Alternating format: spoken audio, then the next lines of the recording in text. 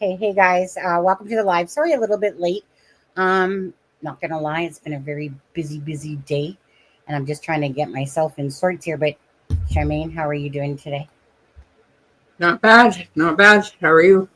Good, good. Actually, I just want to check a setting in my okay, okay, I'm good. Just wanted to check a setting there in YouTube Studio and everything like that. So, anyways, happy Monday, happy Monday, everybody. Yes, very Monday. See, I always work Sunday through Thursday. So I always sometimes have to think about exactly what's going on here. Mhm. Okay. So you guys, welcome to the live of this. Of course, we're going to be covering Lily and Jack, talk about Sebastian Rogers, and of course, Dylan Ehler on this one. We're going to get into a few. I know that there was a video that came out by CBS News, I believe, with that one. And so we're going to watch a couple of videos. And as I get myself a little bit more sorted here, because I was just racing around, I left work late, was racing around as I got here. And and other than that, and then yeah, we're going to get into some of the try to put everything like a little bit more, I guess, in facts, because this channel, as you know, we like to talk about facts. We can always talk about speculation and our theories and stuff like that. But um, uh, Belinda, which is the biogramma of course, Jack and Lily, has been just gracious enough to speak with me. And basically, just like the family, they want to keep the awareness out there, get the facts out there that are to do with this case. So, yeah, for anyone who misses it and will have to see it later, well, I guess they'll just have to catch it on a replay and whatever. But other than that, I want to say from the bottom of my heart, so Belinda, I know you're watching right now. So I just want to say thank you so much for speaking with me. I know this case means a lot to a lot of people. But as for this channel, it's just been, it's a tragic situation to even have to cover these cases whatsoever at all. But I want to say prayers and thank you so much. And I think Belinda knows that I kind of go to her Facebook over there anyways, because I had put in a request a while ago. Not a while ago, about a week and a half ago. I can't remember. But, what I love to see is when family members are posting, things to do with Jack and Lily missing, of course, to keep the awareness alive. And social media, of course, is the best way that you can do that. We've seen it happen with a ton of cases. And again, so I always appreciate that. So there was a nice poem. I posted that song to her Facebook that Gregory Crane played, which again, beautiful. Anyone that even sits down to think to write a nice song, um, obviously they're so impacted by the case that that's how much people can care. As you come in to the chat, to this live, you guys, anyone that's coming in, okay, please hit that like button. Again, never do it for the channel's sake. Please do it always for the kids' sake of the murdered and the missing. That's what counts, and that's what matters the most. Um, of course, so this channel, of course, we want to keep everything to facts, okay, as best as we can. And if something is said wrong, we always love to correct if there's information out there that is incorrect. And they're always one of the best ways to get that. What I always like the term most people know is from the horse's mouth. I would rather hear stuff from the immediate family or right surrounding family, because other than that, there's just a lot of rumors, speculation, anonymous posts, etc., etc., etc. So whether something is truthful or not, bottom line is, when Malaya or Daniel is speaking, obviously, regardless, those words are their words. Same thing with, say, Daphne's posts that she had put out yesterday, saying that she's tired of listening. I see that a lot of channels have picked up on that now, and some not believing in a Daphne's post. And again, each to their own, but it's your own thoughts and stuff like that. But again, we just want to keep out the facts as best we can, because the facts give you better insight into this case.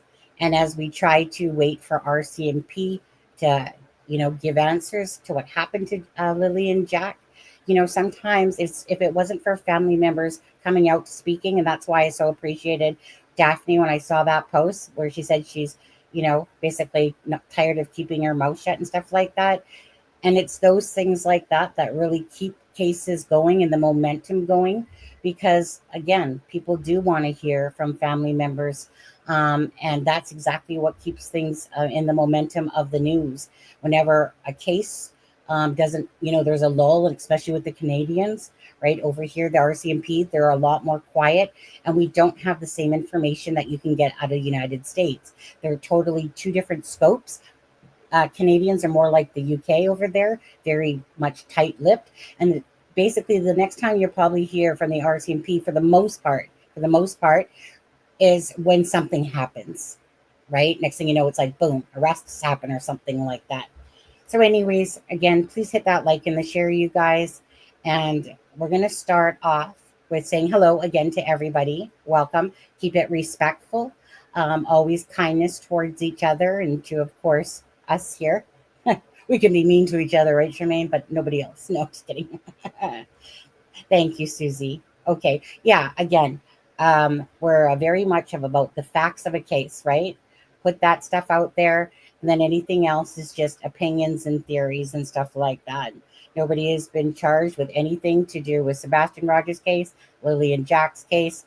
And while Dylan Ehler's case is kind of a different little ball of wax there. But so before we get started, we're going to talk about Sebastian Rogers. Sebastian Rogers disappeared February 25th of 2024.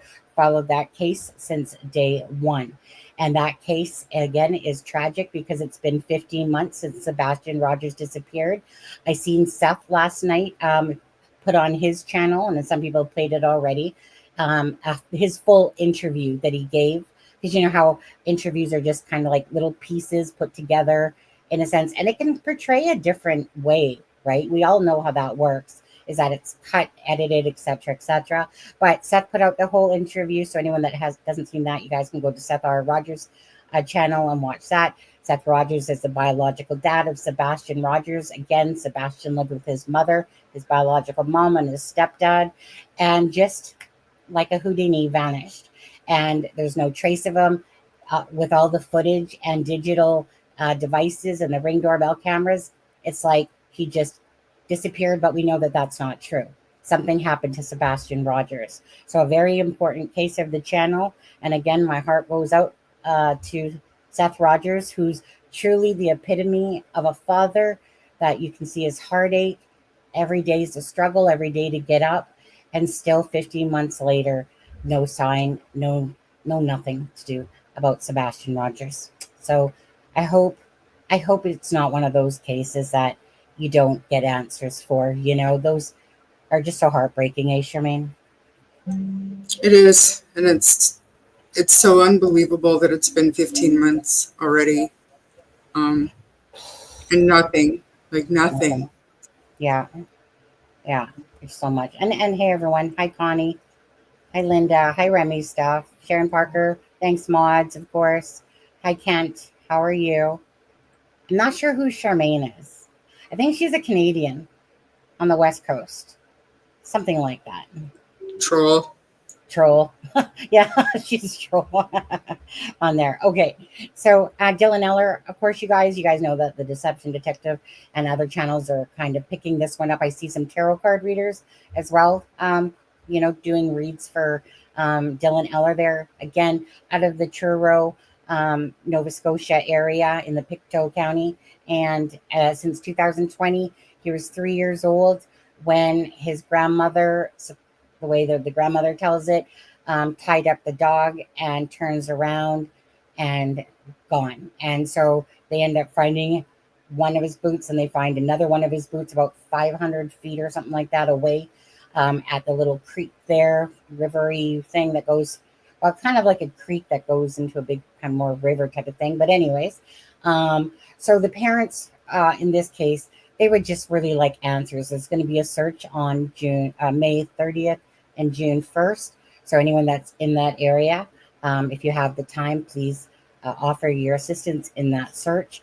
And honestly, again, truly, the worst pain ever is when you have no idea what happened to a loved one and your heart is left empty. It's, it's the most tragic thing to me that someone has to even go through. So at the end of the day, we know that a lot of tragedies happen in a lot of these cases, especially with children. But at the end of the day, you just want to know, right? You know, and so that's why it always breaks my heart, hurts my heart the most when someone has to wake up every day not knowing answers to what happened on there. So, uh, going back to Jack and Lily here, you guys, obviously, since May 2nd, they were reported missing, and it is May 26th. That's crazy. It feels like it's only been about a week and a half, but when you look at it, that's like, 21, over 3 weeks now. And that's just crazy, right? I think a lot of us thought there was going to be answers pretty much right away. The hope with this case was that the children would be found, Yeah. because based on the information of 20-minute time frame, you're like, okay, right? Just like Sebastian Rogers, like they're going to be found. And you kind of think that the case is, well, you know what? Missing. Okay, next thing you know, we're going to hear on the news that the children are found, they're good, they're okay. And then the days go on, and then the days turn into weeks. The weeks can turn into months, and even longer, of course, as we know. For there on Truro is in. Oh, is that where it is? Colchester. My bad. My bad. So Charmaine and I are from the West Coast side of Canada, where I'm out of Langley in near Vancouver here, and Charmaine's up in the Shuswap area of Canada, and Truro, I mean Nova Scotia, obviously is on the East Coast side, 4 hours difference in time, and that, and so yeah, so welcome everyone, whether you're from Canada or United States or across the pond and stuff like that. Thank you guys for very much caring about these children's cases. I just want the truth and want these children found. Sebastian Rogers is my favorite one case, right? I know we all get attached. Delphi was a huge case and stuff like that. Alberta, Canada, lived there half my life. Wishful thinking on there. Well, we'll see. Anyways, okay, so we'll start off, you guys, by, I know that there was like a news clipping coming out. I personally haven't seen it yet, but we'll play that first and present. And so let's see here. Okay, turn up the volume. Volume juice. And play. He said no abduction. That's a big statement to make at this early in the game. It's been 24 days since Lily and Jack Sullivan were reported missing from their home in Lansdowne Station. Family members have speculated the children were taken, but police have remained adamant they do not believe the siblings were abducted. According to Nova Scotia's recently updated policing standards, abduction is defined as when a person under 18 years of age or a vulnerable person is taken without the permission of their legal guardian. Jim Hoskins is a retired HRP officer and former major crimes staff sergeant. Despite not working the Sullivan case himself or being privy to any information regarding RCMP's ongoing investigation, he can see only two remaining possibilities. What I see from the outside, there's only two options here. Criminal involvement, search, they haven't found them yet. They legitimately got lost in the woods. I felt, okay, let's give them a couple of days to see if these kids are just wandered off, because they're only 6 and 4. So are they lost? They'll find them, maybe. If not, let's see how far it goes. And I says, and if it goes beyond 2 or 3 days, that was my reaction. What's next? A feeling felt across the province that could be driving public obsession with this case. Canada in 2024, there were just over 30,000 cases of missing children. The vast majority of those cases involve runaways, or they involve teens. And actually about 90% of those cases are resolved within a 1-week period.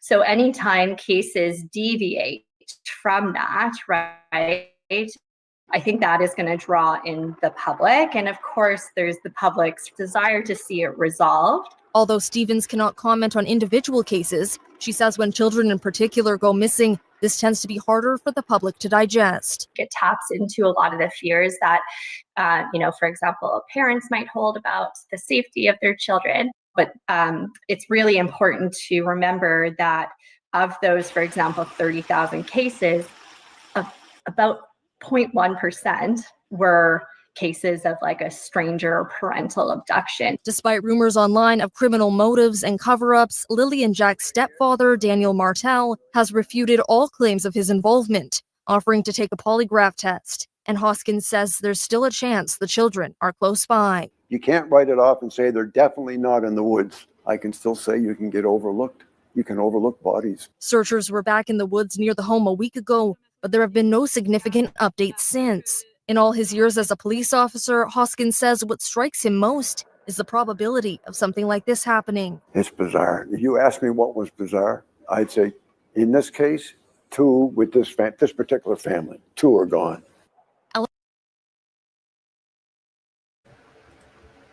I think the consensus here. Sherman, let's start with you about your thoughts on just what that police officer said. Well, I mean, he's got plenty of experience, right? I mean, he would know what he's experienced more so than I. I would think that the probability that they were missed in those searches would be very low. But if he says it's still possible, then maybe it's possible that it's been missed. It's hard for me to wrap my head around that, the sheer number of people that were out there and the number of days they were out there, and but I don't know. I know that when I personally, from all the people that have covered the case, whether they have a diploma behind their back and stuff like that, the consensus is tons of red flags, just tons of red flags, and the oddity. And that's the thing that I believe too. It's like, it's not 1, it's 2. Now, is there a chance of them still being out there? I personally, like, my own gut feeling is that normally I try to think, okay, so did they overlook the children, 2 children? In this particular case, I feel like that they've done their job and that they've really searched it. And I find that this is a very, I want to say something that Belinda had said to me about these woods, that after seeing them, that, yeah, this is no easy feat to walk through at all. She didn't use those exact, but close enough, right? And it's hard to believe when you kind of, I guess, are there and you actually see it yourself, just how thick and just something that you would think that really 2 kids, that don't like to have wet boots and to be wet and cold, would continue going off into. Like, it doesn't make sense to me. But in this particular case, there's always a chance. Never say never. Never say never, because it still is, of course, possible to that. Okay. So the next thing I want to play is this clip here, one of Daniel's interviews here. Okay. In other news. Okay. So we're going to play this next. And don't worry, guys. There's tons of information to be had this live, okay? Belinda has been gracious enough to not only speak to me, but to also allow me to put out certain things that she knows and to try to set some facts straight, okay, with this case. Now, again, I'm hoping that people that do get information from what I can deem as the horse's mouth, like, that is one of the biggest, grains of salts that you can put into a case versus anonymous rumors and stuff like that. I always personally like to know the facts. I want to know the details. And the reason why is because for me personally, it's like trying to put a puzzle together. And the more information you have, the more clearly you can see the picture, at the end of the day. Does that mean we're going to sit here and solve it? No, but at least to give out the proper information. Okay. So that will come soon. And we'll go over that. So again, stick around, hit that like and the share, and do it again, not for the channel, please, you guys. Don't care about that stuff. Doesn't matter about the subscribers, but more subscribers, more awareness that it brings to the cases, and that's the important thing. Okay, so we're going to play this one here, guys. And then we're going to talk about this, and I'm going to ask you guys what you feel about Daniel in this particular interview yourselves, okay? Got the volume up. Today, the search continues this morning for 2 missing children in rural Nova Scotia. Crews have been combing through the woods around Pictou County since Friday, when police believe they wandered away from their home. Brett Ruskin is live in Halifax. He's picking up the story for us this morning. Where do things stand today, Brett, with the search efforts?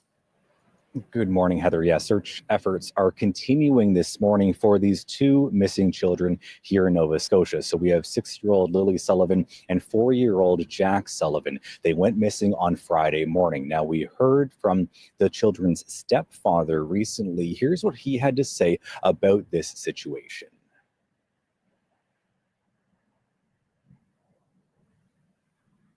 The last few days have been very stressful. I mean, ever since the Friday morning, when we noticed that the children were gone. Immediately jumped in the vehicle, surveyed all the areas, many dirt roads, many culverts as I could, and waited for the police to get there. So again, this search began with family members and has now expanded to dozens of search and rescue volunteers. About 160 people were on the ground yesterday. There were dogs brought in to try to catch a scent of these 2 children. There were 8 drone units in the skies searching, as well as a couple of helicopters as well, each one of them equipped with infrared sensors and cameras looking for these children. Now, we heard from police talking about some of the challenging conditions and logistical issues that they are running into with this situation, with the kind of the situation on the ground. Here's what police had to say about this search. With the wet weather, it makes things a little more complicated for our searchers. Given they're in the woods, it's wet, things are slippery, footing's not the greatest. It's the water's it's not the best, but they're still trudging through and they're still working hard at doing the job that they have to do. Again, we know that 6-year-old Lily Sullivan and 4-year-old Jack Sullivan went missing on Friday morning. That is when this search began and when the family reported them missing. And again, the search has been ongoing since that time. Heather. Brett, I'm sure people following the story closely, those who are close at hand in terms of proximity, what can people do if they're trying and hoping to help? Yeah, folks might think that, hey, I live nearby, I can hop in the car and go and search through the woods. I can help out as well, but that's not necessarily what officials want. They say this is a very coordinated, very organized search. They know where each one of the crews are. They know the areas that have been searched already and the areas that they are now focusing on. So advising residents to not just drive out and try to help out with the search on their own in the woods. One thing that people can help with is searching their own properties, looking in ditches, culverts, sheds, or any other possible hiding area that these kids, that these children may have used for shelter. That is how people can help. And again, we know that the temperature has dropped a little bit overnight, but we haven't seen below 0 temperatures. So again, these search efforts are continuing now, beginning their 4th day of searching. Heather. 2 days have been very stressful. Okay, so I'm going to go back just to play this part with Daniel in it. And in chat, I want to ask you guys, what do you feel about Daniel? Do you think he's being authentic? Do you think that he's slipping up? But I'm just going to play this part again with Daniel, okay? Just your opinions. So there's Jack and Lily. The last few days have been very stressful. I mean, ever since the Friday morning, when we noticed that the children were gone. Immediately jumped in the vehicle, surveyed all the areas, many dirt roads, many culverts as I could, and waited for the police to get there. So again, this search began. Waited for the police. Okay. Charmaine, thoughts on this particular interview with Daniel? He he stutters on the Friday when he's talking. But how do you guys feel about the authenticness of how Daniel's coming across in all the interviews that he's done? What do you think, Charmaine? Like on the surface, when I first saw this, he looked exhausted. He looked like he's losing hope. Um, but you, I don't know what it's called when you watch something so much that you start overthinking it, and you know what I mean? Like, and I mean, I noticed like right away when he started to say kids and changed it to children, and should we read into that? I don't know. He did totally stutter on Friday when he said Friday. I always thought it was a little bit weird that did he say searched or surveyed in this one? Because that, you know what? Did he say searched or surveyed in this one? Well, let's I listen don't again. To get there. I know, hold on. So again, this search. Gotta go back. 1 second. The last few days have been very stressful. I mean, ever since the Friday morning, when we noticed that the children were gone, immediately jumped in the vehicle, surveyed all the areas. Surveyed all the areas. it's just an odd way to put it, and Yeah. you know what I mean? And then they were immediately surveying the area, but waiting for the police to get there. You know what I mean? I mean, he does, on the surface, he does look distraught. He does. But, yeah. In this particular one, yes, I will say that. In this particular one, I did like worn out, distraught is kind of more how this interview came out. And I know that he double talks on Friday there. And it's kind of like, again, it's kind of really how you feel about the case. Does he slip up and say Friday and stutter because he's trying to remember that he has to say Friday?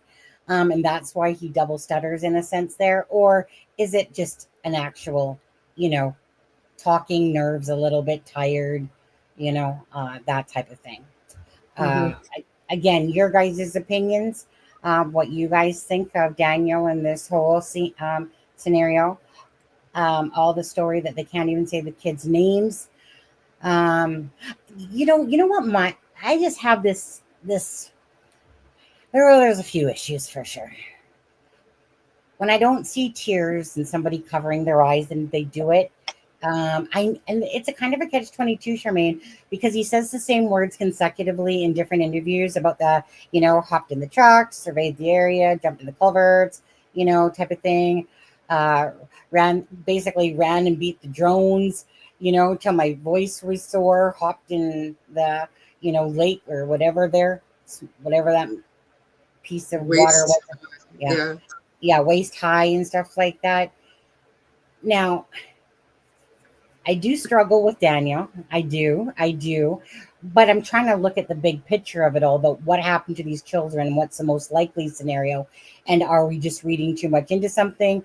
Or is it really that something's actually there? So it's a catch-22 because everyone when you're telling a story, they want you to stay consistent in your story. That you might add a few things, but that your story is still consistent. Now, so it's kind of like in Daniel's case, as people are, doing their channels, it's like a catch-22, which it typically is in these type of cases regardless. Damned if you do, damned if you don't. And so typically you want someone to, but does it sound like it's a rehearsed, saying of this? Yeah. And then we go back to about the morning that the children go missing. As I've showed you that post from Belinda, the bio grandmother, then it's right, and it's and that's information given to her, and I'll show that later. So I asked Belinda, like, who told her that, because I knew that obviously she wasn't there, so that had to be information given to her by a family member. So Belinda did tell me, and again, she's approved that I can say almost most things, to be honest with you. because again, it's about the children, always first and foremost, and about the truth of what happened to Jack and Lily. Now, in this case, so she said that Malaya had given her that information.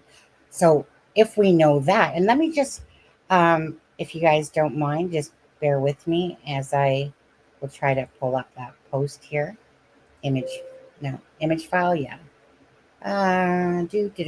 Sorry, guys, I got tons of image files here, and just gonna find that one quickly, just to have it in front of us.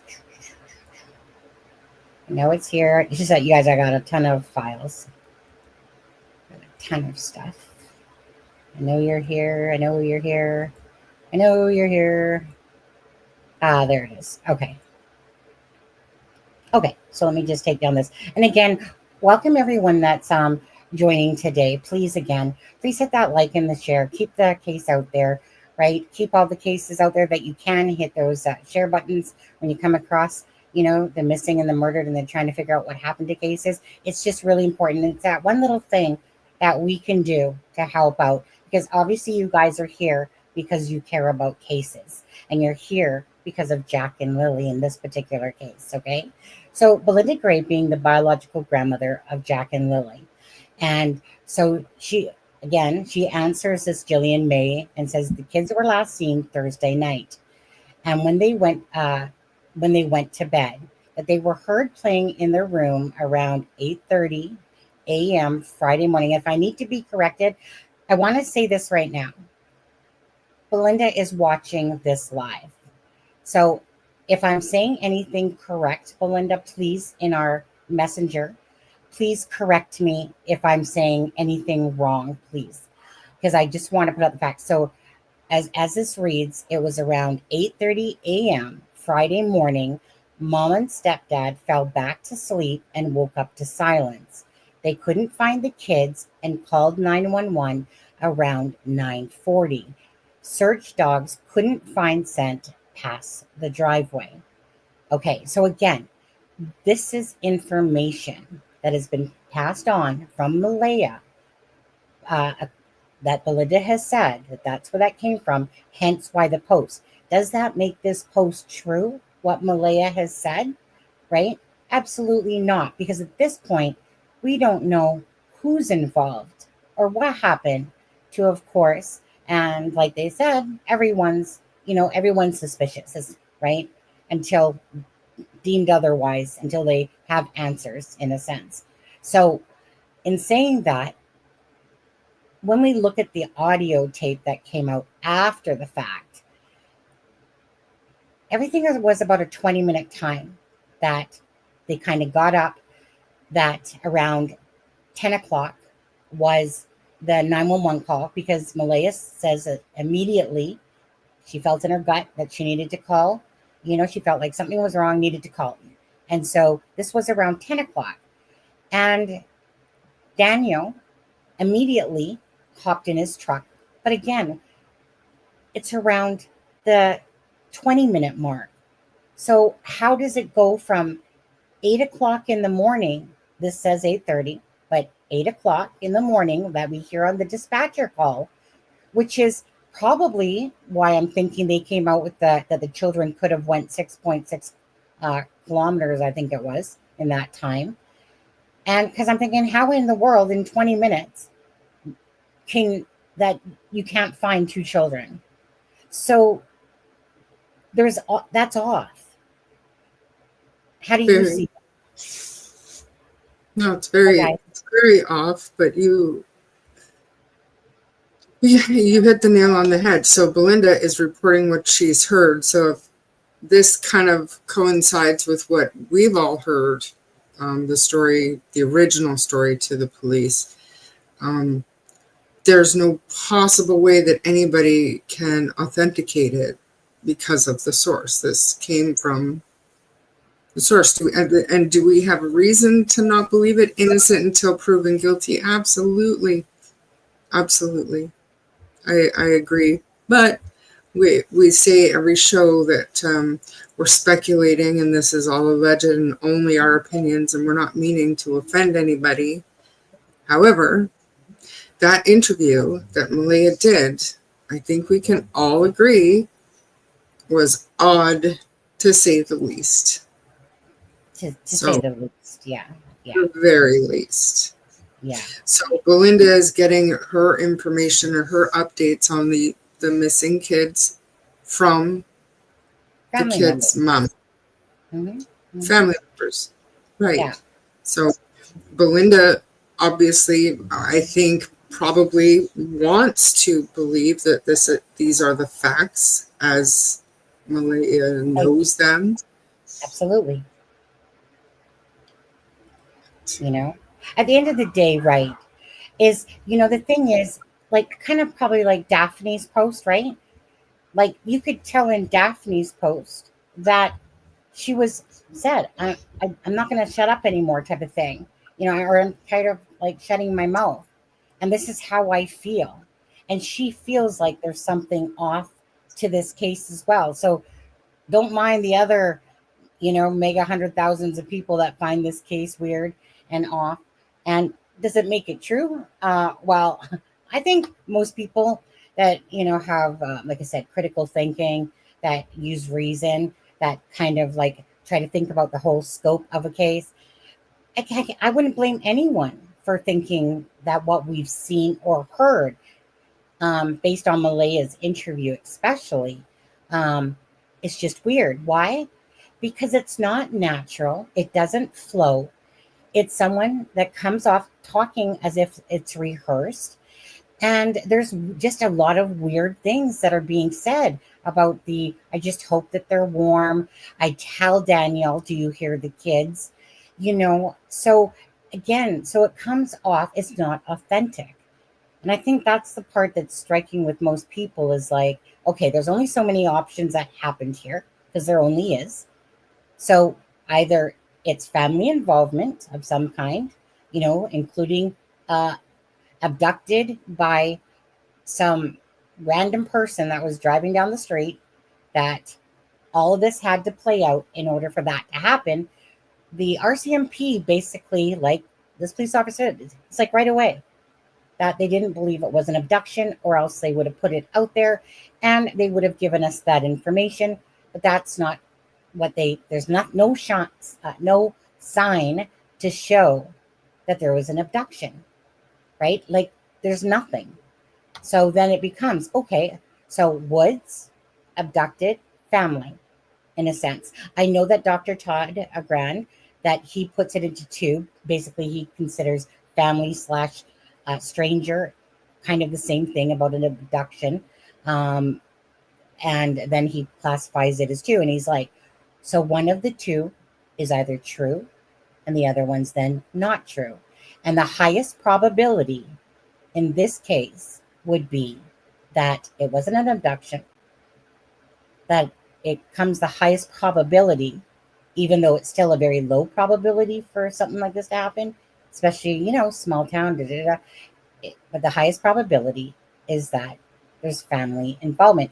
Now, again, that's just not because I personally go, well, I just want to blame the parents. I don't ever think that way. I just look at everything. And so Belinda being able to give more insight that we will talk about soon, is a blessing, first of all, because that's all I ever want is just the facts of the case, and people put out that right information. And there's people that no matter what you say or do, you could literally, it happened in the Idaho case. No matter how many times you told them that audio video was not from the Kohberger case, you can't fix stupid. Okay. You can't. Simple as that. If people want to believe something, they will regardless. We know that people love drama. They like hearing a bunch of rumors and gossip and stuff, and it drives in views and stuff like that. My thing is always this. At the end of the day, it's always about the kids. That's what matters. That's where the answers lie. However people work their channels and do their things and whatever, it still brings awareness to the cases. And that's the part that actually keeps the momentum a lot of times in some of these cases. We saw it happen with Sebastian Rogers, and we're still seeing it. But the drama gets really thick. speculation runs high, especially when there's no answers. And then people have to gap fill in a bunch of different stuff, speculate on everything, but it keeps the cases out there. And it totally happened in Sebastian Rogers' case, right? Because every parent, family member that really truly cares about the cases, they want to see that. They want to see. They don't maybe like all the trash talking and stuff like that that comes with it, because you really have to have a thick skin when it comes to true crime. But most people that have never been in the true crime space don't understand that as much. And then they get a good feel. And a lot of people back off from doing interviews because of the trolling that goes on and stuff like that. Not our way here, guys. We don't, not into drama, just into truth and talking about a case. Simple as that. Okay. So in my opinion, they most likely went missing a day before, and shame on mom for not searching, or even that she left home. We're going to get into that about why she left home. Again, Belinda was gracious enough to answer that question. Okay. And I will tell you the answer soon enough for that. And so once you probably hear it, maybe perhaps you might think differently, or maybe not. It's totally up to you. Again, I can lead a horse to water, but I can't make them drink it. Simple as that. But again, from this channel, we just like to always, try to put out the correct information. And when it's not correct, to retract and say, which there is going to be a retract here on information. And we'll talk about that soon as well. Okay. Her babies would come home. I'm sure they would want a hug from mommy. Absolutely. Because it's not like we ever felt that looking at these pictures that these kids were unloved. Clearly there's a ton of pictures that Malia has put up on her Facebook. And I'm so glad that she did bring her Facebook back up, but there's clearly a ton of pictures, and I know people can put up the pictures that they want to, but I don't feel like these kids were unloved myself, based on my perception of what I'm seeing of the pictures, and right, correct, Charmaine? It's not like a lot of people feel like this is an accidental cover-up per se. Yeah. So then that these children were, they don't. I absolutely do, but now I'm kind of, I want some time to think now. Now, yeah. I've started to, my hamsters are awake now. Okay. So the next thing I would like to do, you guys, and some of you guys have probably watched this already, but I want to go to Deception Detective. And I love the Deception Detective, but I heard from Daphne's posts that he had only portrayed one of them. So yesterday, as you guys well know, I didn't even know that I was going to be the first one to actually do a live with them. I figured everyone else out of the gate would do a live about these. They came out at 3:37 a.m. And when Charmaine sent it to me, I was like looking around. Nobody was even covering it. I know it was National Children's Day, and a lot of people were focused on the missing there. But I was just amazed. But I haven't listened to Deception Detective yet. But from what Charmaine sent me, there was 4 screenshots, not one, but 4. Evil Exists. I saw him last night do a video on them. And so, again, the whole point of it is that I want that to happen, because I want people to see what the relatives, the family members are saying, right? That's not a bad thing. That's a good thing. But again, I haven't watched it yet, so I do want to watch what he says in this particular one. So give me a second as I pull it up. Charmaine sent it to me. And thank you, Lily, for sending me. Charmaine sent it to me as well, but thank you for sending me that CBS News thing earlier. She sent it to me in my email today. So I just want to give a shout out for that. And let's see here. Okay, so let's see. Now, don't get me wrong. Like I said, I love watching this guy. I think he does a great job. Does it mean he's right about everything? No, of course not. Is a police officer right about everything? No, of course not. but I really want to hear his thoughts on this. So, because I haven't seen it yet. Yeah, I'll be back in a few because I seen it and it honestly, it kind of ticked me off. I'm not going to Did lie, it? but Okay. okay. You hear that, Deception Right. Detective? It kind At of Lily and Jack's paternal turn up the side volume. of the family.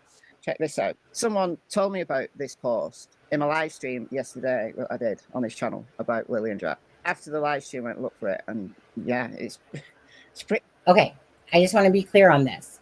So Michelle After Dark, yeah, a lot of you guys might have heard of her already. But anyway, so that's he's watching on this video. He should have just watched this channel's video with all 4 posts. Pretty shocking, actually.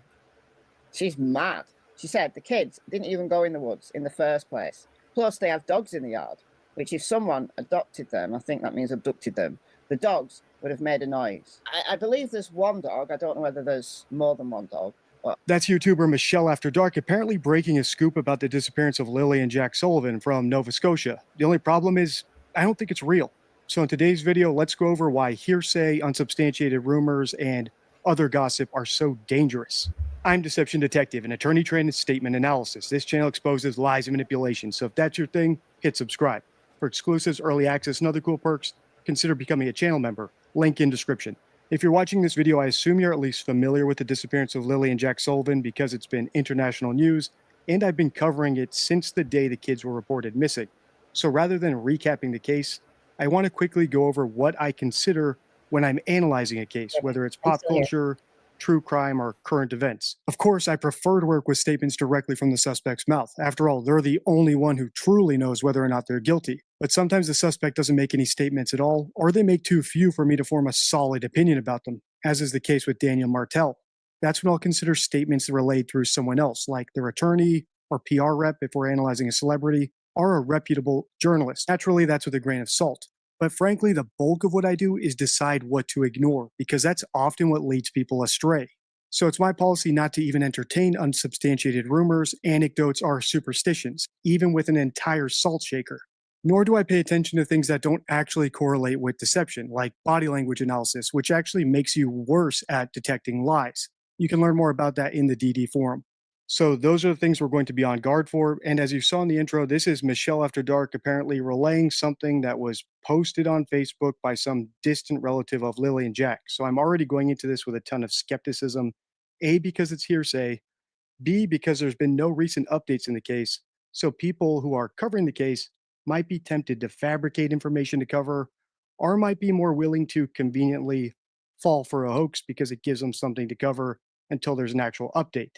And to be clear, I'm not saying Michelle is doing either of those things, but when she actually shows the messages she's analyzing, I'll point out some issues I have with them. Okay, that's enough preamble. Let's get into it. In this video, continuing to follow the case of missing 6-year-old Lily and 4-year-old Jack Sullivan from Lansdowne Station, Pictou County, Nova Scotia, Canada.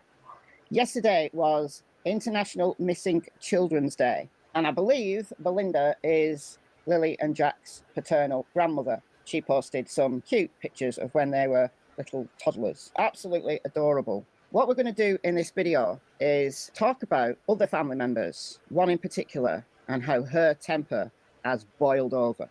Let's go. Before we get too deep into this, full disclosure, this video was sent to me by one of my lovely subscribers this morning, and when I watched that opening intro, I was already skeptical. A, because it just seemed too convenient for commentators like myself and Michelle for a family member to be having a public meltdown over Memorial Day weekend when there's no news for us to analyze. But also because I think Malia Brooks Murray, Lily and Jack's mom, and her boyfriend, Daniel Martell, have guilty knowledge. And if that's the case, I don't expect them or their families to turn on each other. That's what innocent parents do because they really don't know what happened. So they eventually just start accusing everyone else because they don't know who's actually responsible. As I said earlier, I also have some problems with that screenshot of the Facebook post itself. So I asked my subscribers if they could find a link to it. I even asked Michelle in the comments of this video and over on X if she could send me a link to it. So far, I haven't heard back and no one's been able to produce a link to that original Facebook post. So while we wait, let's keep watching. Tempers are getting very frayed at Lily and Jack's paternal side of the family. There is someone called Daphne, and she is Lily and Jack's great aunt. She's their biological dad, Cody's aunt, and she's the sister of Lily and Jack's granddad. She has made comments on her social media before and answered questions, but this time she's got mad and she's speaking out. Check this out. Someone told me about this post in my live stream yesterday, I did on this channel about Lily and Jack. After the live stream, I went to look for it, and yeah, it's pretty shocking, actually. She's mad. She said the kids didn't even go in the woods in the first place. Plus, they have dogs in the yard, which if someone adopted. Okay, so I do want to start off this by saying is that Daphne Ann Sullivan is the, what do you call it, great aunt to the children. So this isn't a false post. So I just want to let you guys know that. So he's wrong on this. Like I said, nobody had done a live on it. Don't care about the kudos part. Just put the proper information out there. But you know, again, he obviously doesn't have the full information, but I know enough to know from, because like I said, I like to sleuth around always, right? A lot of times I just do it in the background and I'll just go check out some people's Facebooks because I'm trying to understand who's who in the family type of thing. So Daphne's name I've seen for quite a while since the case near the start. And so to see this post by Daphne doesn't shock me. Again, so I do want to put that out there. I get it that he's, you know, judging at the moment and doing his thing, and that's all fine and dandy. But the bottom line is we want the truth out there, not, you know, so he's, like I said, he obviously doesn't realize. So this is a factual post by Daphne Ann Sullivan, just so you know. And it's from the CBA post.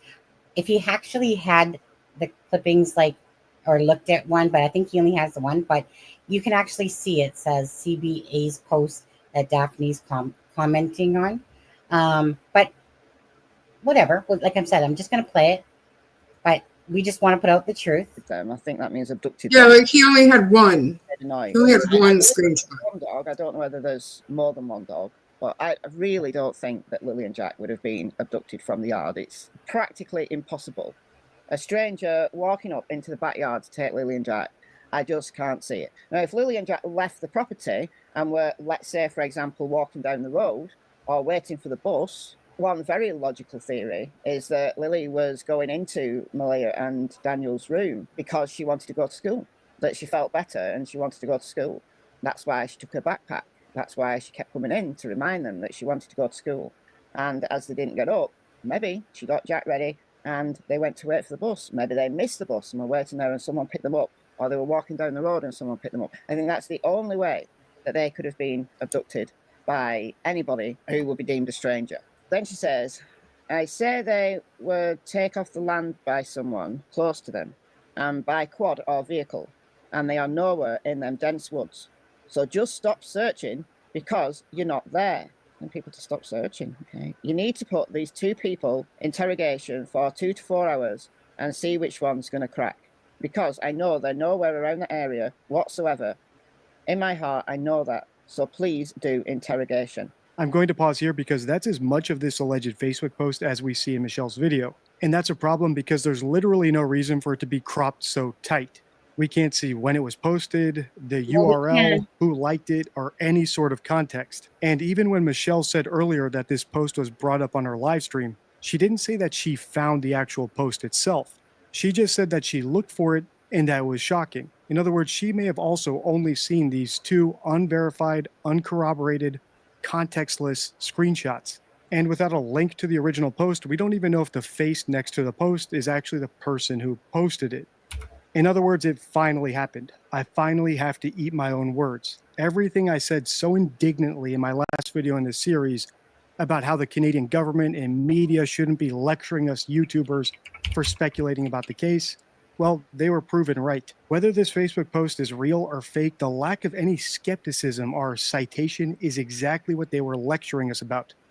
The only upside is this post doesn't really seem to have anything important or defamatory. As always, when I analyze another YouTuber, it's nothing personal. I'll link Michelle's channel below, and hopefully she can provide me with the link to that Facebook post, and I will have made this video in vain. If you have something else that you think I should analyze, let me know in the comments below. Till next time. Stay true. Okay. So, 1 second. Let me just hit stop on that. Okay. Would So, have made a noise. Whoops. I believe there's Okay, one hold on. dog. I don't know whether there's. so at the end of the day, again, have the posts, but I'll screen share this because I feel like it's important. And so this is Belinda, right? The grandmother. You guys see me her post about the 1 million later. So I asked her, can you confirm this was Daphne's post? Obviously, relative, family. So I sent all the screenshots of what I had. And because she had said which post. And so I referred to these. And she said, yes, that is Daphne. Okay. So detective, I love you, but dude. But obviously he didn't have the full information. Again, just if he would have come to this channel, he could have seen it all. All good. You guys, the bottom line of this is getting the facts out there, getting the truth. Is this Daphne? Is this a family member? Absolutely yes. Okay, so this is a family member speaking. Now, unfortunately, this is the unfortunate part, is that some people will come across the deception detective and instantly believe him because, you know, he's a lawyer. What's he called again? It's not a body language thing, but I always forget whenever he says it. Anyways, so, you know, it's not like he doesn't have the diplomas or whatever. But bottom line is, Can I just interject that, and I'm not saying this about deception detective, but on YouTube, anybody can be anything they want to be. yes. So I'm just going to leave that there. Okay, exactly. So, you know what? Again, this channel focuses on itself. But again, we just want you to walk away with truth bombs, at least, so that it can give you all that information that's out there without it being speculation. Someone said something about, I read on a post that Daniel failed the polygraph test. Now, nothing against the person that I saw post that earlier, but again, where's the receipts for that though? People will just add whatever they want. So to me, unless it's coming out of Ellie's mouth, the family's mouth, whether they're telling the truth or not, again, Malayla or Daniel, whatever, it's coming from the family. So again, if anyone has checked out this side of the family, they would know that Daphne is actually from, and that's Daphne's post. And she's just got tired of keeping her mouth shut. And hence why she was letting out her frustrations. I get it. It's been since May 2nd. And this is important that family keeps the case out there, right? You guys, like anyone, you want more information. You want to understand the case more. So you want to have receipts to back that stuff up. I don't believe in anything that's just like a rumor and stuff like that. I really try not to promote false things. Some people just go way off the wall because there's not a lot of information happening. But when Daphne comes out and says something, again, it helps to keep the case rejuvenated. Plus, it's giving you some more information about how a family member feels, even though nobody's been charged or whatever. But that's her feelings. Simple as that. And those matter. Okay, so with that being said, I want to pull up one of those posts. Wait, where are you? I think, oh my God, I got so many posts here. Is it this one? Yeah, it's this one here. Okay. So, present share screen window. This one right here. Okay.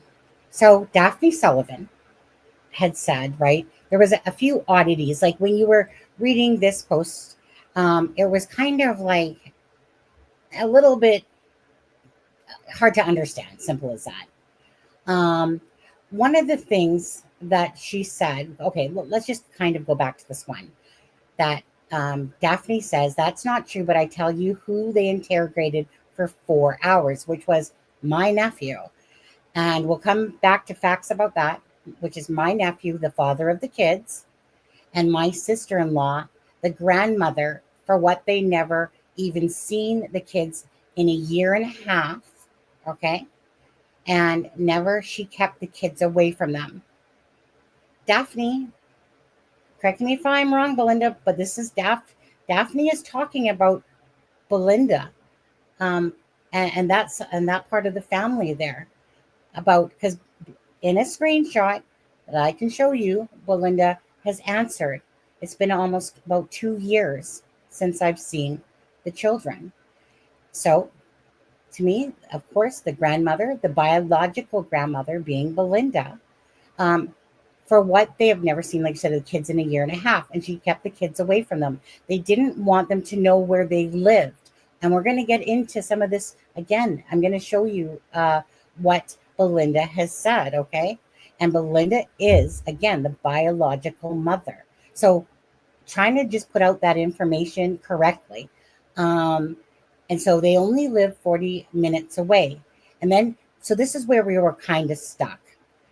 Sharing brought the kids up because a boyfriend didn't like them, meaning Daniel, okay, and didn't like them. So why are the police interrogating her? I think she's, again, you guys go with the flow of the broken sentences kind of here. My family, the police or RCMP, whatever the F you are called, are full of effing shit.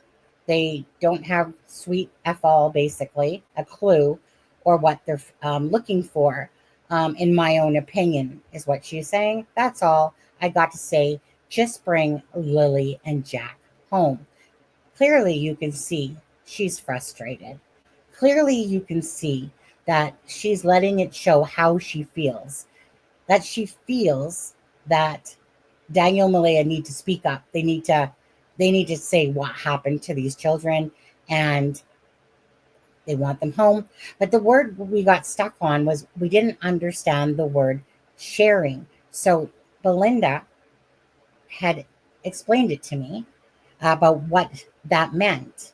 So again, going back to receipts here. So I'll pull that up.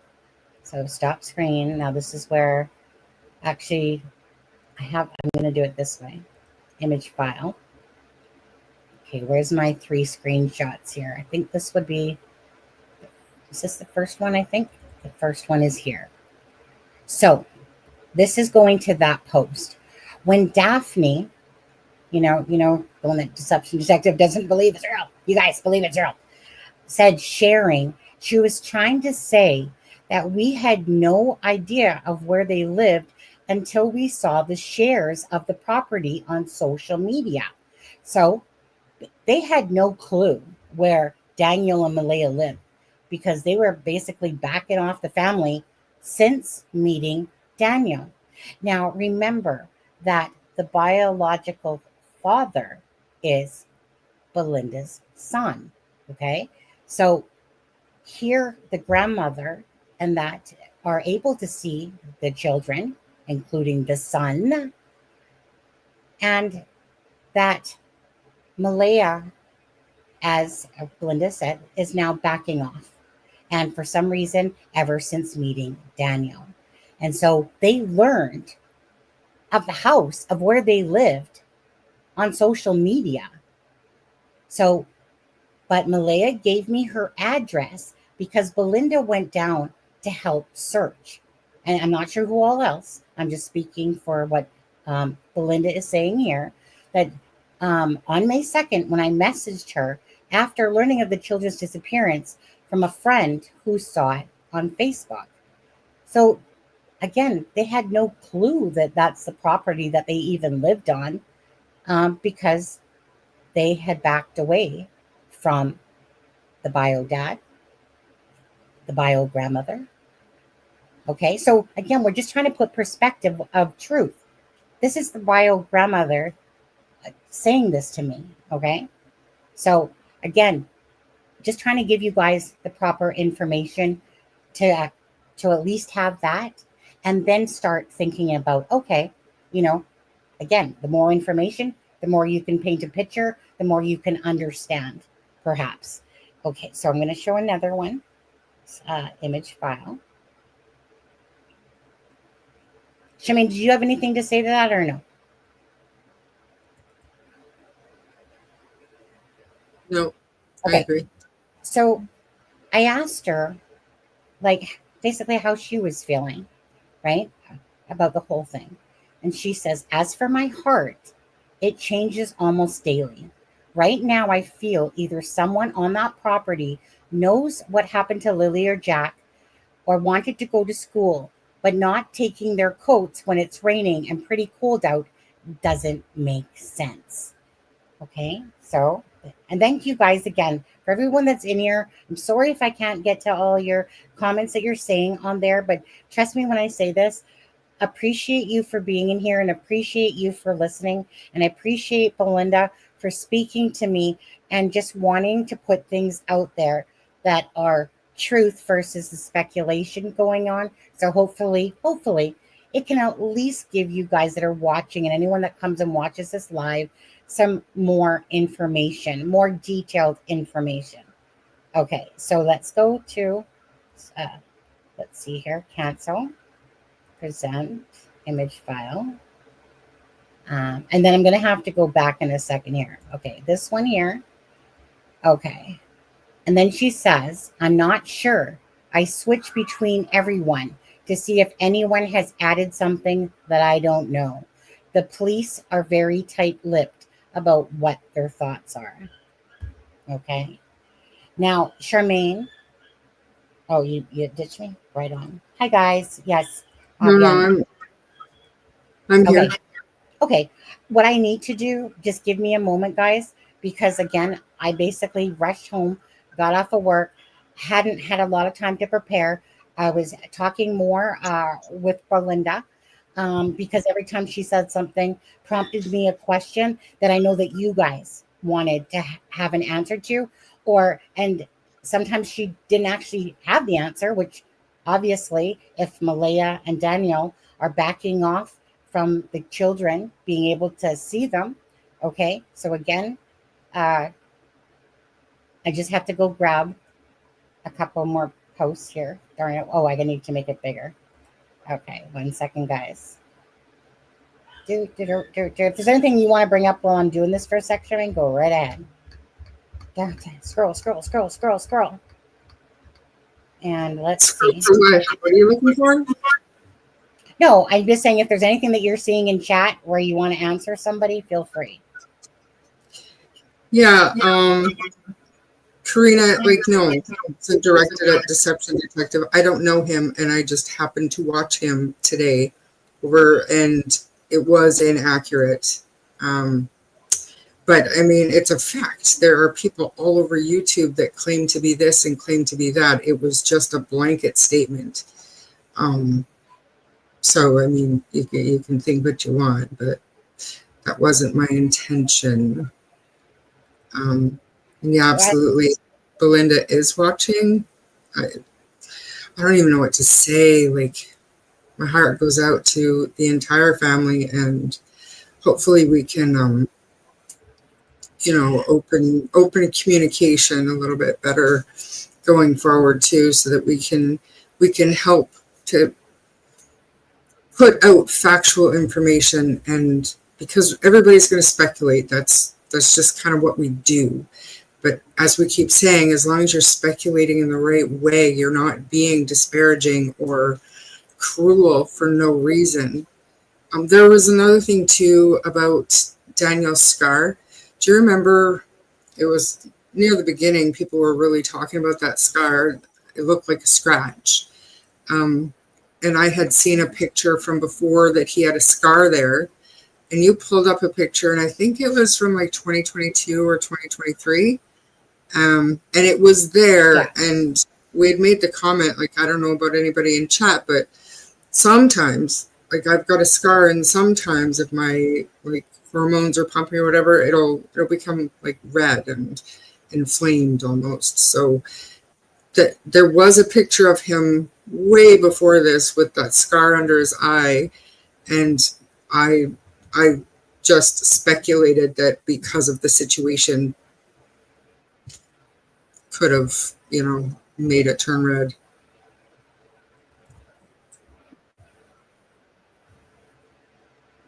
Like I said, you can think what. So here's another thing, as you guys.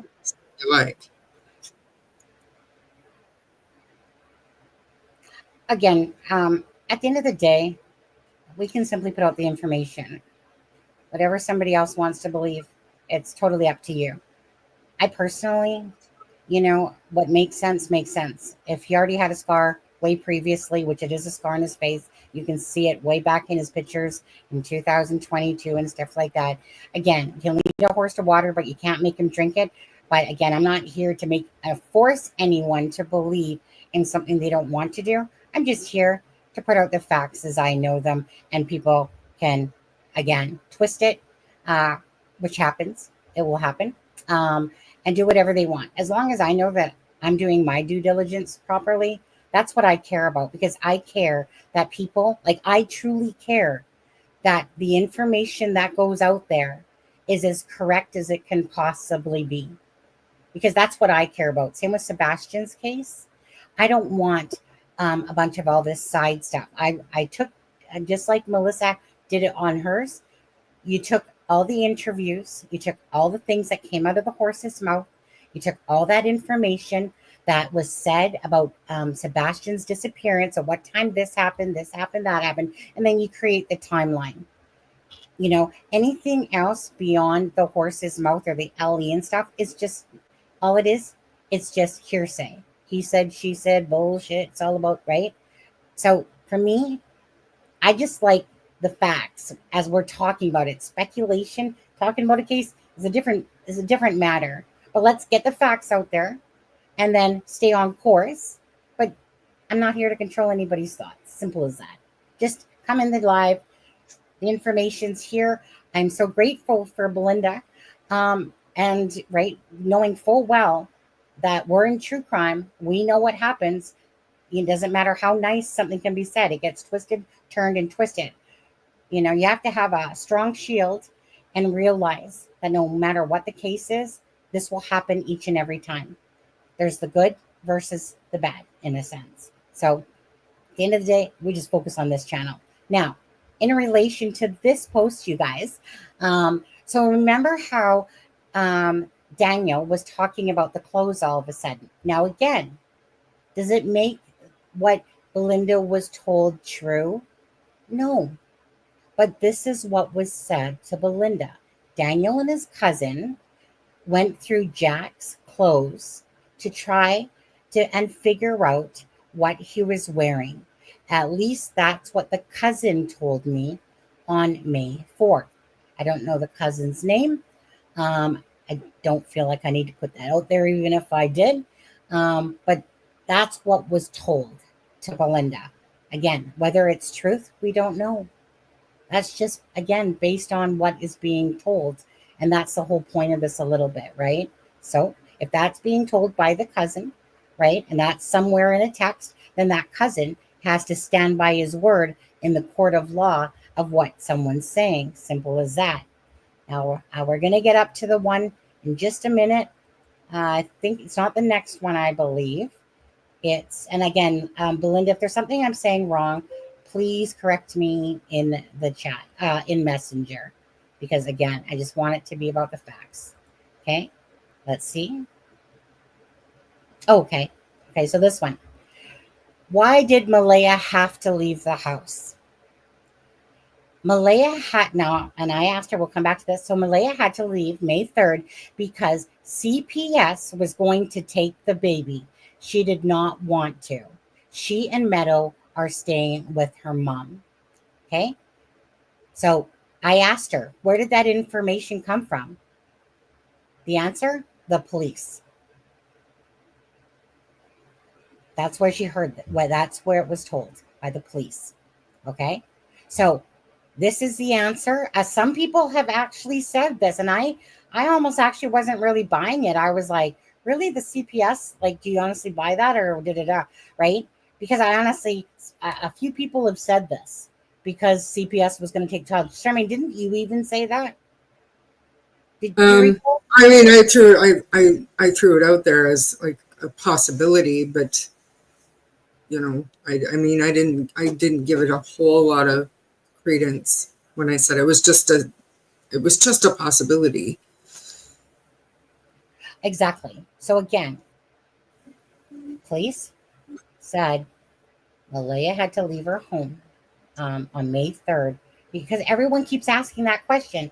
So thank you so much, Belinda, because these are the important questions that are out there about what happened. Why did Malaya leave? So much speculation. This is your answer. And I honestly, like I said, when I heard it, and someone said it in chat one time, I was like, I don't know, that doesn't sound right to me, really. So what is it? Okay, so let's look at the next post. Okay, guys? Anyone? There you go. Screenshot it. Share it on your channels. Please put out the right information. Again, so it's not like it's like, oh, this person said that this person, the police said this. Okay, so let's do our due diligence if we can, of course. So let's go to the next one. And I still got to go through more. And okay, so let's go to this one. So Belinda says, Daniel told me that the CPS will not allow him to see the baby and his other 2 children. Remember, Daniel has 2 other children besides Meadow. I don't know why I called her Willow the other day. I don't even, like, I think it was because Meadow, Willow, it was all just sounding so cute and, But anyway, so basically Daniel, so what is that? What do you think about that, Charmaine? Because Daniel did say that he went down with CPS with his brother or whatever, and they wouldn't allow him to see his child. But this isn't just his child. This is his other 2 children. Now, does that make you think, like, I don't know why you guys, but just off the top of my head here, I'm wondering, hold on. So not only can you not see your child, you can't see your other 2 children. What is it about Daniel that he's not allowed to see any of his children? Like, that reminds me of someone with a freaking bullseye on their back that is being told, oh, look, you can't see anyone, as if there's something about Daniel that they know, and they're like, no. Is that how you're kind of taking it, or am I just making up crap in my head? How are you guys? Automatically went to a personal experience with this almost exact kind of situation where one day, out of the blue, about 30 years ago, a little less than 30 years ago, I got a visit from CPS. And after a lengthy conversation, I was told that if I didn't separate myself and my kids from my husband at the time, that I would end up losing my kids to CPS. Obviously, there was a lot going on, and a lot went on after the fact, but it does happen, and they are very serious, and there are reasons. They don't just say that because 2 kids are missing. There's something else, and it wouldn't be fair to speculate on what it could be because the gamut is so huge. But it's that's something right there. That is something. No, Karina, just to say this, no, Charmaine and I both love the Deception Detective, but in this particular, like, the Deception Detective, it's not like he's right about everything. He's just giving you his analysis. Now, unfortunately, he didn't have the full facts in front of him to work with, so that's why he's deeming it as a post that he's not buying it. But the thing is that we put out this last night with all the posts to it. Now, again, Charmaine did grab it from a Facebook group. Is that where you grabbed it from, Charmaine, when you sent it to me? Was it actually from a Facebook group? Yeah. Like, I know that the original content is on CBA News out there. But so Charmaine's not a Deception Detective hater. We watch him all the time. It's just that, unfortunately, again, he didn't have all the information. He watched Michelle After Dark, which only put out a portion and cropped it, where unfortunately he didn't realize that, this channel had the news and put it out there. And I think it's a very short video. You played almost all of it, I think. Like the only thing left was like he was saying that he, the person that he was, the investigator or whatever, whoever it was that was kind of lecturing social media for giving out wrong information, that he had to backtrack that. And that's pretty much the end of that video. Like, well, at the end of the day, he has his thing to do on his channel, which he does well. We have our thing to do on this channel, and it's unfortunate that he didn't see this channel or nobody said it to him. That's life, okay? At the end of the day, what can you do? Is what it is. But again, love the guy. I love watching him. He's really good at what he does. Does that make him perfect? Absolutely not. Does it make us perfect? Absolutely not. But you know what? Always try to do the best due diligence we can. You know, I learned from the Delphi case a lot, and have grown a lot because of that case, and about, you know, accusing people when, you know, when there's no proof and stuff like that. You know, I went blind eye into Delphi that way, but I learned a lot. And now I know that facts and then speculation, because you can really damage somebody's life, you know, by this. And you guys know that. But anyways, so love hugs all the way around on that one. Okay, so now give me a second. I gotta go back to my messenger. So go ahead, you guys. Say what you want, your feelings in the chat. Go right ahead. And yes, I'll come back to that in a second. Linda, I'm just in the middle of being way up here in my thing. And if I go back down, I can see your message. Actually, maybe I should open up another Facebook so that way I can, because I'm trying to take the screenshots, but I also have to, there's a couple things I don't want to put out there at all because it's of no value. Well, it's not that it's of no value, but it's really personal. So let's see, right? So I can't put out that one. Hold on. So I'm just going to read part of this one. I'm just going to read part of this one. Not going to bother to show it because there's a couple things on this particular answer. But basically, Belinda's saying, we had great contact with the kids until Malaya got with Daniel, and then she started pulling away, which we were talking about. Okay, I'm not going to make that. Okay, just okay, I want to say this. Sorry, guys, I'm just kind of got to scroll here. Okay. So I'm not going to show what me and Belinda were talking about because, again, I'm not here to be sneaky, tricky, underhanded, use people for information. I appreciate that Belinda added me and saw that this channel is very genuine, caring, and truly cares. I'm glad that she saw that, and I really appreciate that, and I appreciate anyone else that's the same way and that understands who I am, you know, or even in this case, who we are as people. And Charmaine and I are very similar in the way that it's never about anything else, always about cases. Again, some people have 100,000 subscribers, whatever, you know, I will never play games with people. But the one thing that Belinda wanted to correct, and I'm not going to show the post for that, and we're just going to talk about this one thing. So there was information put out there, listen closely, about Cody Lee Sullivan being the father of Jack and Lily. Belinda we talked about it, and I said that this was the only thing I was really going to talk about, was that is incorrect information. So that whole marketplace thing and that whole posting of Prince George and that Cody Lee Sullivan is the father of Jack and Lily, she says, no, that's not my son's name. And I said, can I put this out there to correct? Because that's very damaging to somebody else. So Belinda in private, she, you know what I mean?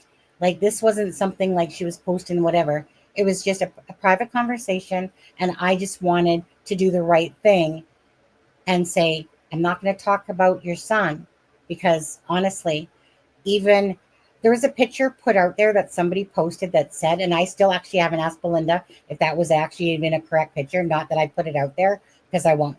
If I do, I'm still not going to tell you if that picture was of him, even if you've seen it on the thing. Meaning, I'm not going to give you the answer to that. But what I would like you to know, for any channels that are putting that information out there and writing with it, her son has no arrests at all. And that's not her son's name. So YouTube, which has happened many times, got it wrong in this particular case. So there's no marketplace. I mean, there is a Cody Lee Sullivan out there that literally took someone at knife point in Prince George. But unfortunately, the wrong information was put out there. So I wanted to say this for Belinda, right? And that's all I'm going to say about that topic with regards to the biological father and her son. Okay, out of respect, absolutely. I'm not even joyful. I'm not even going to entertain about the two pics. I've only seen one. Again, there's nothing else I'm going to talk about with it when it comes to the biological father. Again, I will respect the wishes of family members, but to put out the correct information. That's all I wanted to do with this part, okay? If somebody, like I said, if people want to twist things and stuff like that, it will happen regardless. But I know at least that we're doing the right thing on that one. So, and the channels that are respectful will take that information and correct themselves and put it out there as well. Again, I'm not putting up no posting of it, conversation, but I said, let me put this out there. And she said, absolutely. But that's all we want to put out there. Okay, good enough. So let's see.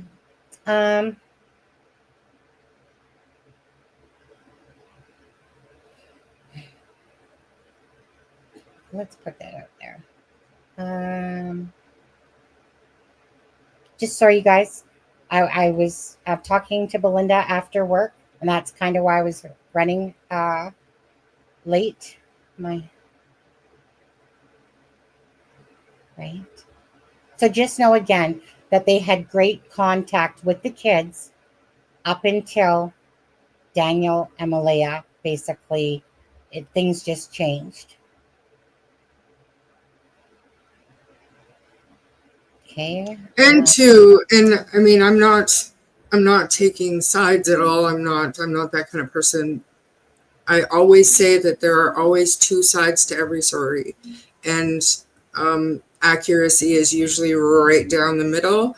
So much respect to Belinda for coming forward. This is her perspective on the situation.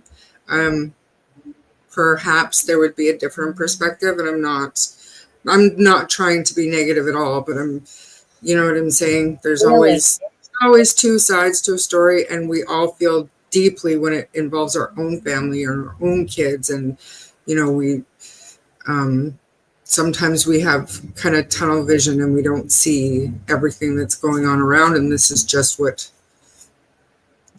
we believe. So we're still, you know what I mean? You still have to keep an open mind and open heart to the factual information. This is factually coming from Belinda. That is the biological grandmother.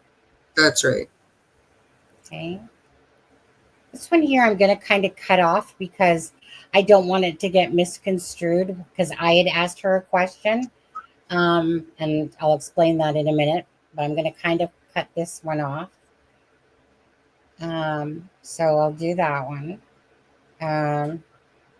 Okay, and I'll do this one here.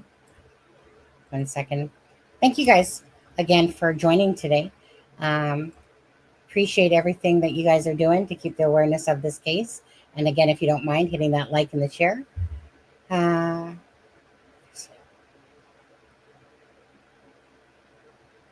Okay, I'll pull up this one. Okay, I'm just basically gathering 3 at a time here. Just because I have to keep kind of going down past the other part of the conversation, which is really nothing to do with the case per se. It's about our kitty Lisa, cat. Lisa, can you clarify what you're asking there? I'm not 100% sure. Who? Lisa, opinion. But why not? If you're trying to put facts out there, why wouldn't you do that? Why wouldn't you do what? That's the thing. Anybody can say what they want. It's what's written in stone, facts, receipt. Right. So can you just expand on that? Clarify what? Which comment are you referring to? It would be at 7:37 p.m., I believe. Lisa, opinion. But why not? Yeah. Lisa. Okay, what does it say? Okay, but why not? If you're trying to put the facts out there, why wouldn't you do that? That's anybody can say what they want if it's written in stone, facts, receipt. So are you asking me to put out information that I don't want to put out? Is that kind of what she's saying? Like that every droplet you're entitled to of information? Is that kind of what you're saying, Lisa, in that? Like meaning I'm not sure. Is that kind I'm not 100% sure, but I think she might. She had said earlier when we were talking about Meadow, she had said something along the lines that no, Meadow is with CPS, and I'd asked her, like, are you related? Can you let us know, like, how do you know this information, just so that we can, we can have receipts, I guess. So I'm wondering if there's some kind of a relation there, or if she's, if she's in the know. I don't know. I don't understand kind of where she's coming from, and I really want to. Oh, 1 second here. Amy bought me a taco. Thanks, Amy. There was somebody else. No, that was something different actually. Thank you, Amy. I can see it on my cell phone here. On there. Lisa, there's no confirmation of that either way. We're not sure if there was a party there. Oh, we're gonna get there. Well, we're gonna get there. In just a second, actually, Lucid. Now, again, this is the information that Belinda's been told. Does it make it truthful from the people that are saying it? No, right? But this is factual that this is being told to them. Okay, so we're going to come across that next screenshot. So that's just it. At the end of the day, what we all want is that there's answers for what happened to Jack and Lily. You're right, Joyful Dolphin. That is the bottom line. We want answers, but you know what?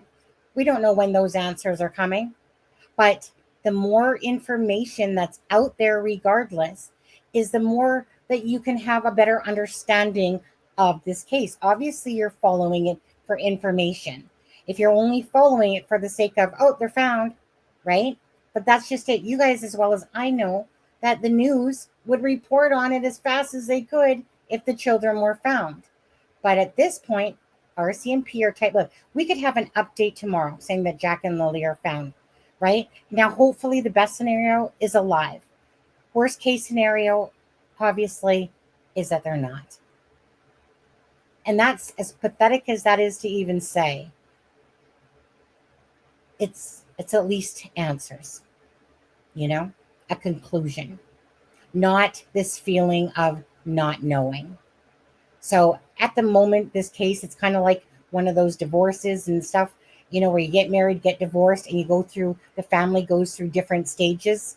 Well, obviously, Daphne Sullivan is at that stage where she's feeling frustrated and angry. And she feels like the police, RCMP, have no effing clue, fucking clue what they're doing, type of thing. That's her feelings. Because why? She's getting frustrated. Seth Rogers, we're watching him go through another patch of him being frustrated, right? He went through these emotions, and it's like the marriage thing. You watch the different emotions come out.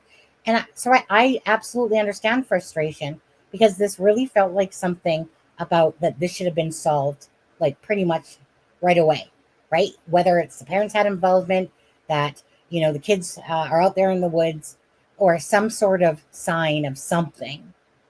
But we don't know. We don't know. We don't know. So what can we do? We can bring awareness. We can hit that like and the share. We can put out facts coming from within the family. Doesn't make them true. It means that this is what she was told. Maybe something that Daphne was told. Who knows, right? Daniel and Malaya, they're the ones that, and Jamie and Justin, they're the ones that are on the property. So the answer lies somewhere there, right? Perhaps, maybe an absolute abduction happened. Not seeing it myself, but every one of us could be totally wrong, and the least likely scenario becomes the actual scenario. Simple as that. So anyways, let me get back on track here with this, guys. Appreciate your comments. I do, even if they're different than ours, but we're not here to like I said, argue about anything. This is just here. This is what's been told. So appreciate the information that's coming to you, and I know most of you do. And again, do with it what you will, but at least, like I said, be responsible at the least with the information, and try not to twist it into something that it's not, but it's going to happen regardless. Okay, I need to share. Oh, I know what I got to do. It's because I got too much stuff up here. Remove from studio. Remove from studio. Remove from studio. Oh, it doesn't want to come up. Sometimes it will come up with the big box there, but okay, we'll do it this way. No problem. Okay, I should have probably, how many screenshots did I take? Let me see. Did I already show this one? This one right here. So, Belinda has already said, you guys, they had no clue until social media, like Daphne said in her post, right? The one that Belinda clarified. They had no clue that Daniel and Malaya were living in that trailer.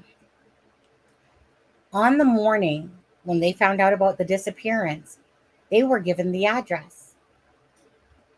Belinda goes down, maybe Daphne as well. I don't want to speak for Daphne on this one, but I'm sure that Belinda knows who was with her.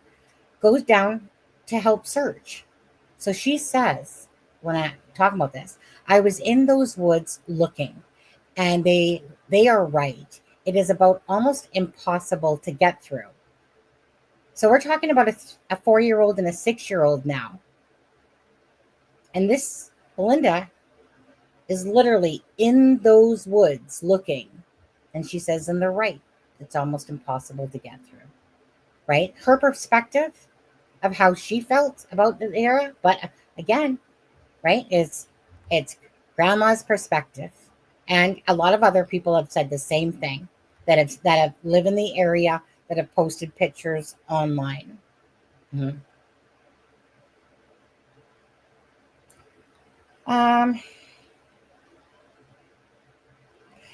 Lisa, are you one of the most stupidest Canadians that I've ever come across?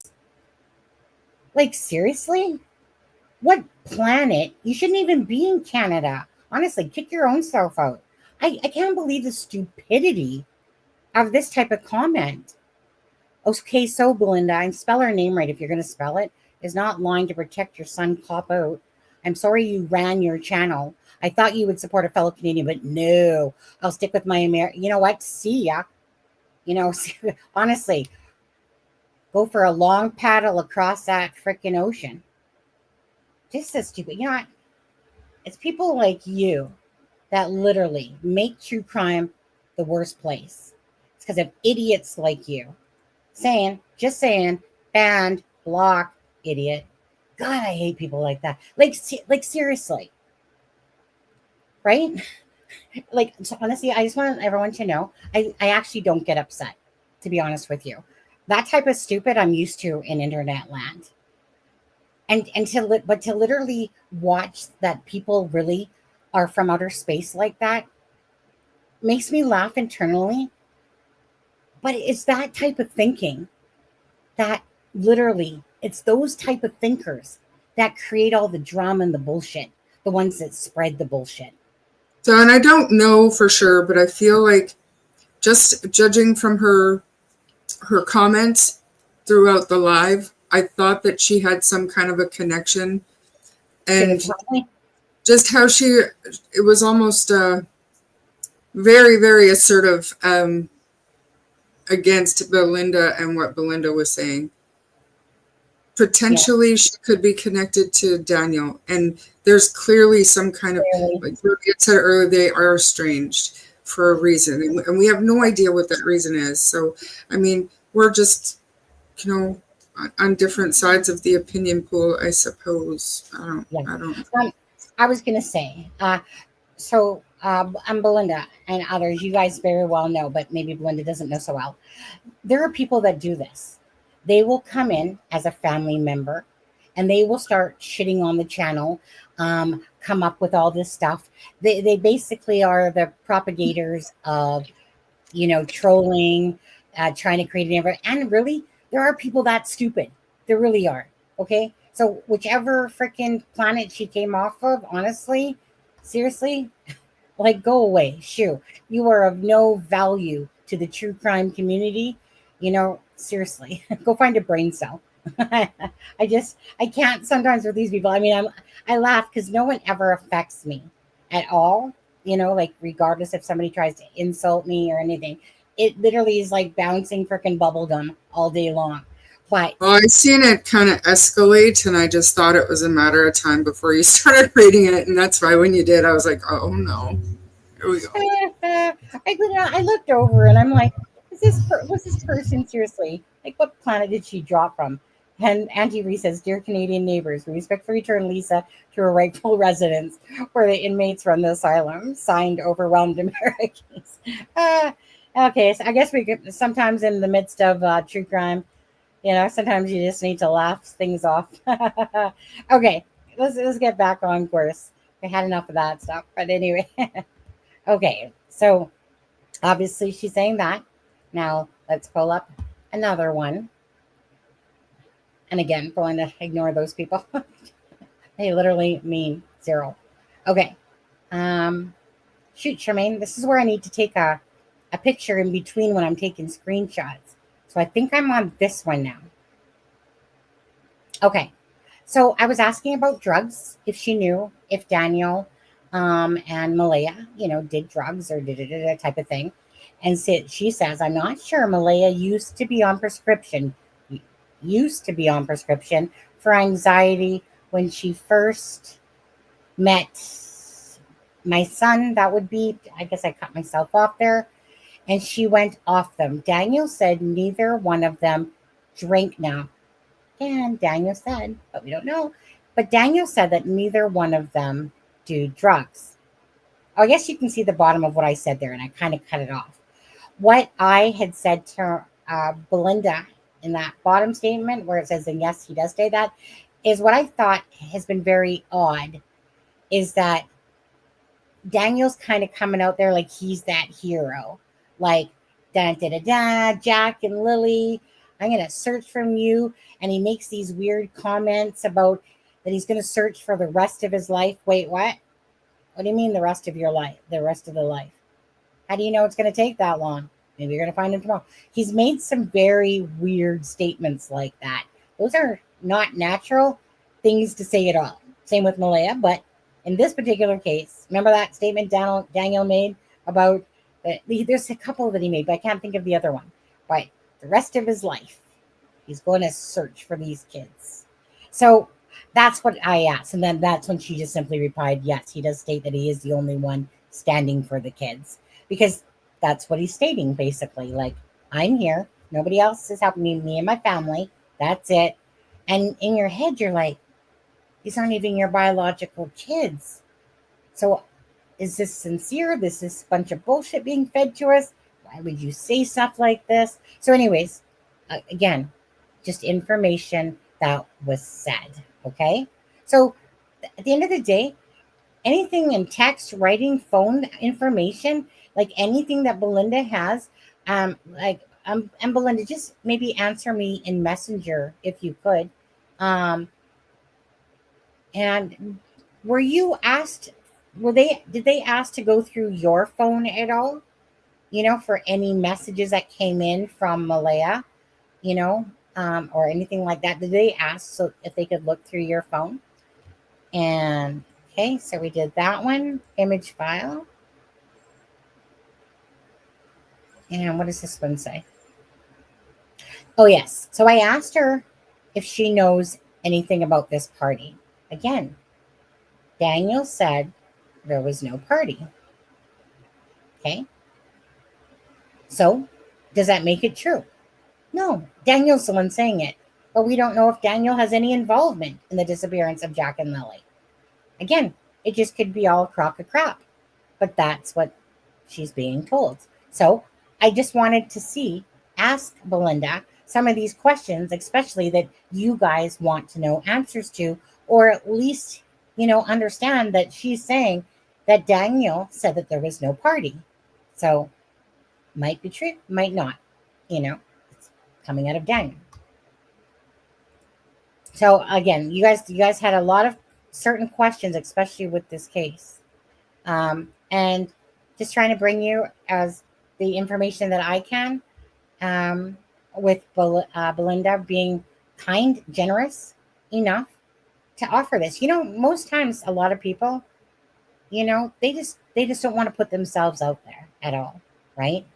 They're scared, perhaps sometimes, or, it just depends on the personalities out there.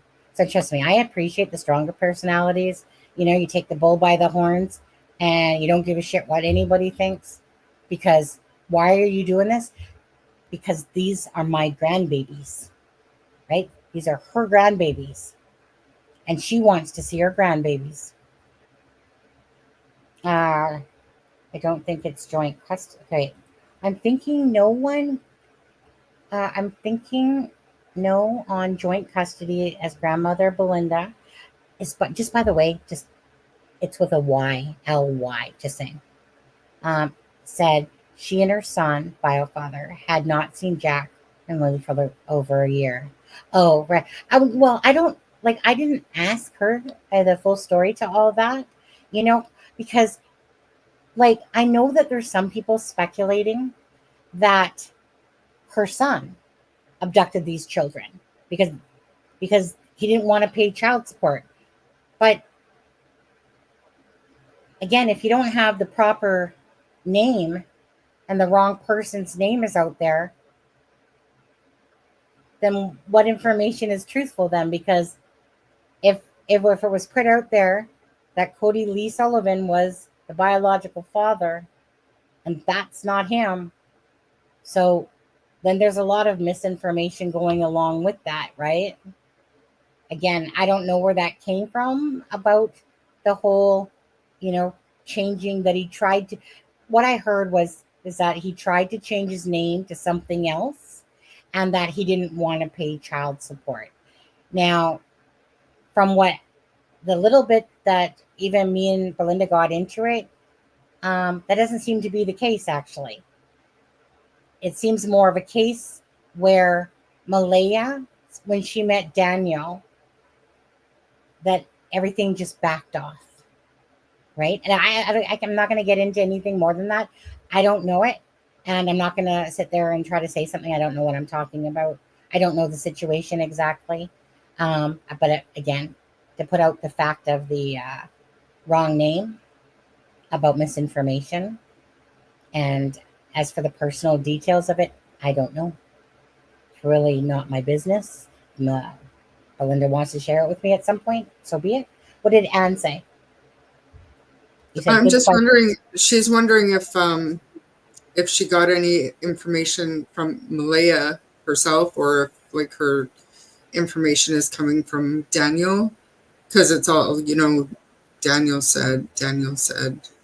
Mm-hmm.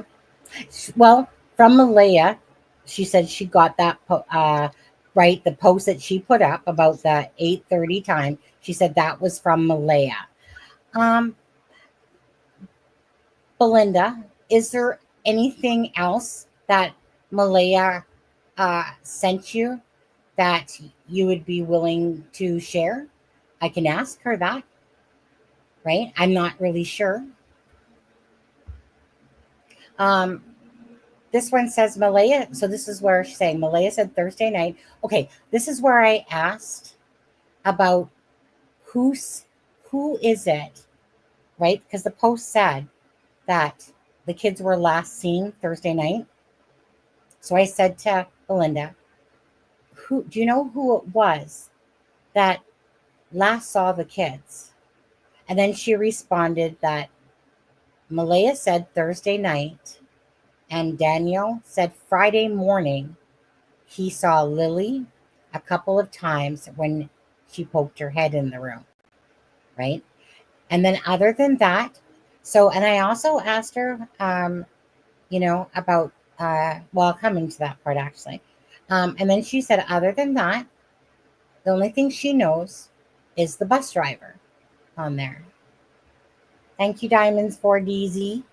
Thank you so much. Thank you for the super sticker. Appreciate that very much. And thank you again. Okay.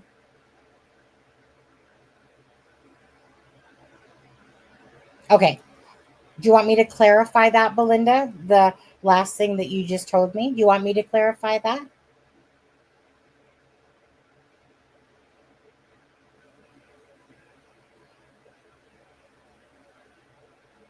I just want to see if she wants me to clarify on, sorry, and Belinda, I'm referring to your last post about your son, about the last time.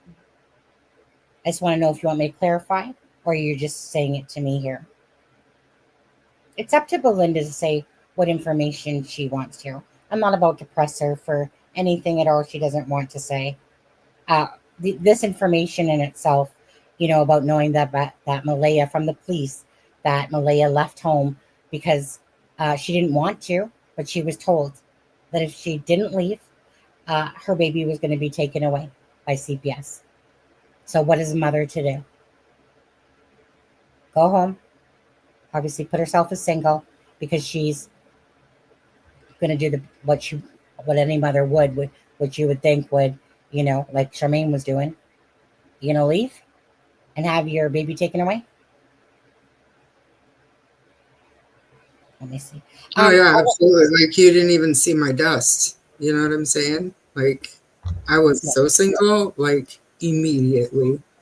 Yeah. Okay. So let me just see what else we were talking about here. Okay, I'm not going to bring that part up. Something. Give me a second, guys. Just going through. Okay, we got that one. We got that one. I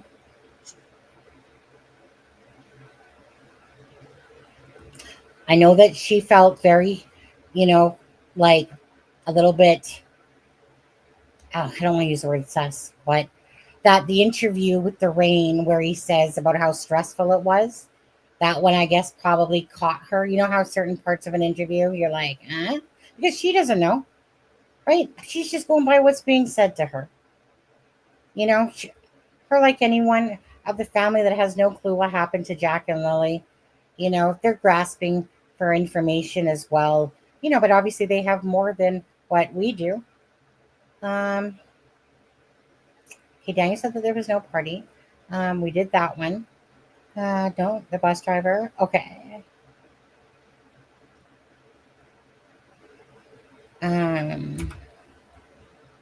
I'll be right back, Cindy. Okay. I'll be in chat though, but I'll be right back. Okay.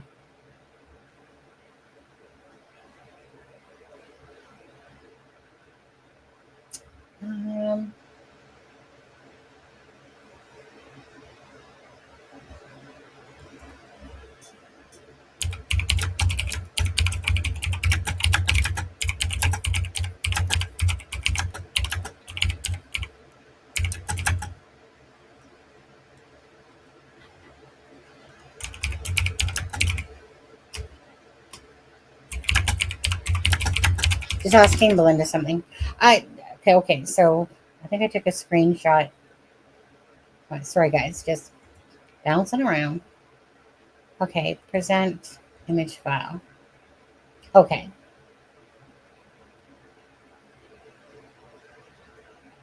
I feel like. Oh. It's making me take down some images. I got too many up. It's telling me. Thank you again, Diamond Z. ZDD. Remove from studio. Present. Yeah. StreamYard. Okay. Thank you so much.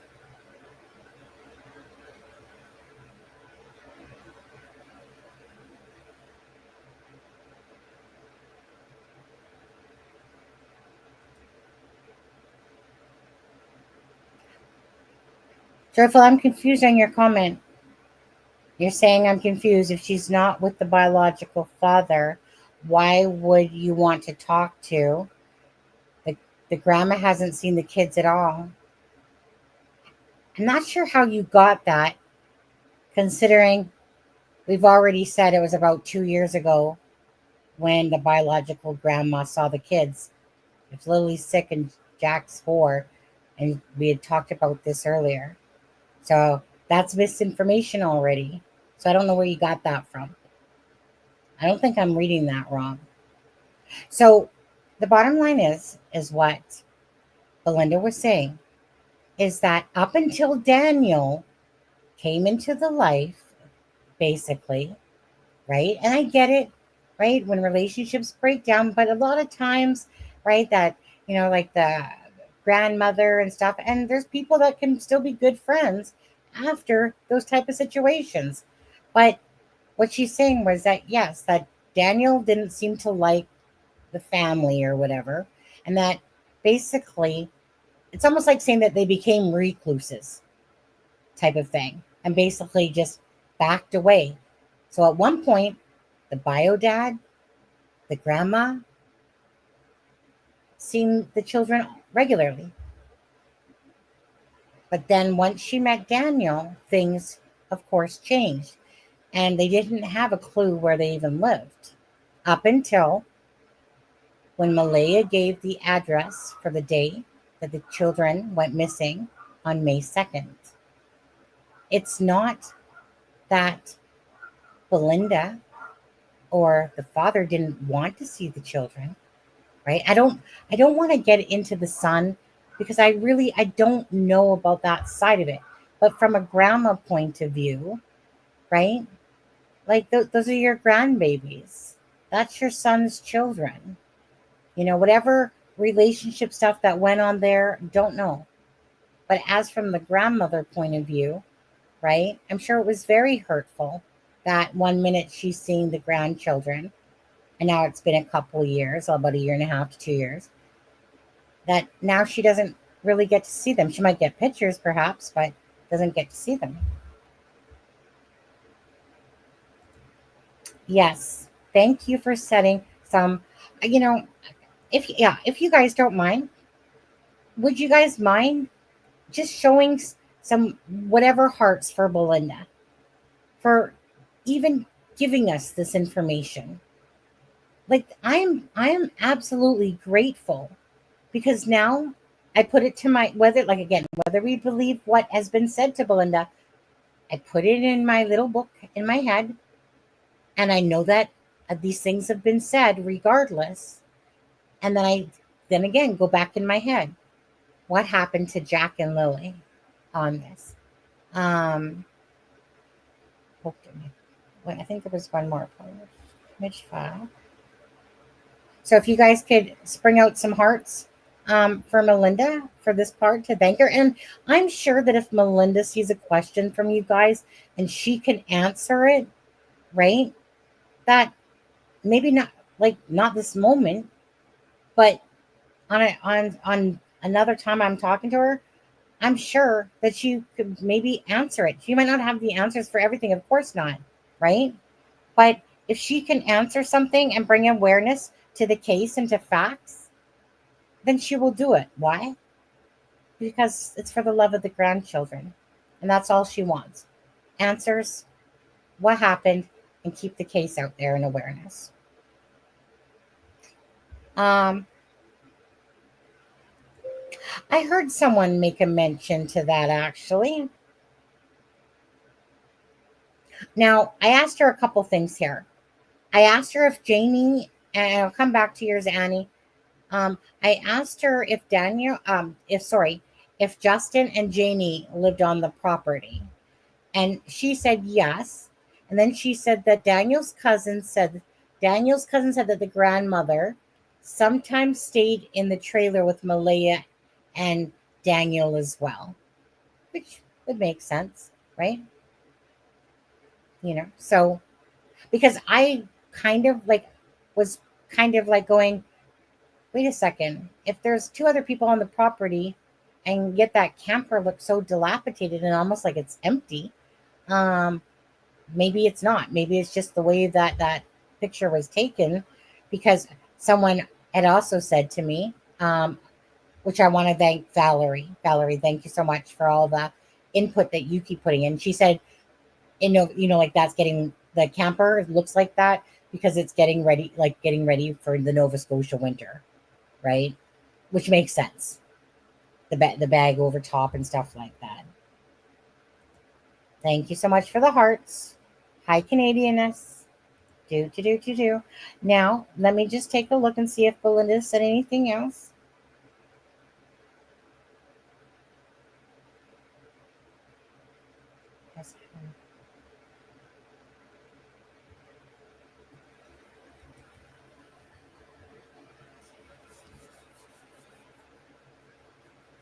You want to talk a little bit about, and I've been sitting here biting my tongue and struggling with whether or not to bring it up, because it's just, I think it might feed into speculation, but just in general,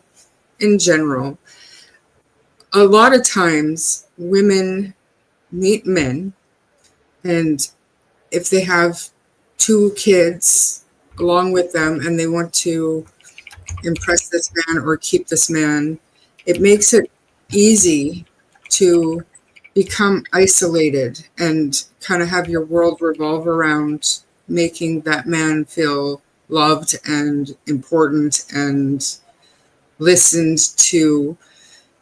And I don't want to say that this is what's going on, or I think this is what's going on, but in a lot of situations, we see women become isolated from their families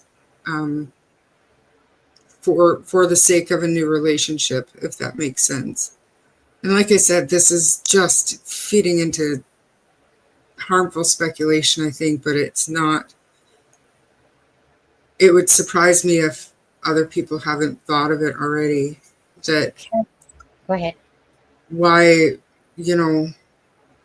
because I know, like, my kid's dad, even though he stepped out of the picture, he didn't make effort to see his kids. His parents did. And I never stopped them from doing that. But I don't know. I don't want to go too far into that, but I just wanted to bring it up that it's very common for women, especially single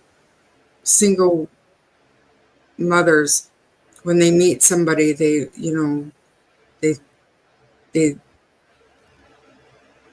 want to please their new man, and sometimes the new man doesn't like attachment to exes or ex-families, and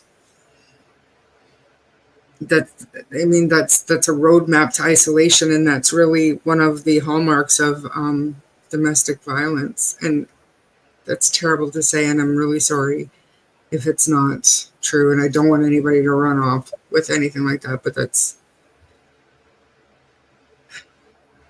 very common, unfortunately. Yes, little mama, it does. It happens in domestic violence, and that's, like I said, it's kind of the roadmap. That's kind of one of the warning signs that when, to recognize that you're in a dangerous situation, that you're isolated, you're not allowed to see your family, or you're discouraged from having connections outside of his or her universe. You know what I mean? I said, I'm not trying to fuel the flames of more harmful speculation, but it's common, and it wouldn't surprise me. And that's why I said at the beginning of this stream that now my hamsters are turning, because I didn't get that read. I was still having a really hard time getting a good read off Daniel with his interviews. I so want to believe him. Yeah. But I mean, I said it last week too. I have known many narcissistic men who are really great manipulators. They know how to spin a story. They know how to capture a room. And you're just sitting back knowing that every word they're saying is bullshit. But it takes time to learn. Right. Full of shit. You know what I mean? It's not. And I would hate to think that of Daniel, but with the information that Belinda is giving, it kind of feeds into that whole possible scenario of why they were so estranged from Bio Dad's family. Because the pictures that Belinda posts, those kids were loved. They were close with their grandparents. They were happy. Do you know what I mean? And then you made the comment, was it last night or one of the nights, that there haven't really been very many pictures in the last year and a half, which kind of sort of coincides with the last time this family has seen their grandkids, you know, and I'm probably reading way too much into it. Yep. Well, that's just it, right? Not sure, Remy.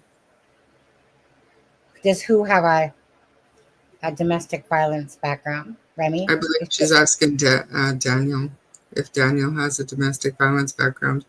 But I mean, if it's accurate that he can't see his other two children, there must be something there that CPS deems as dangerous for his kids to be around him.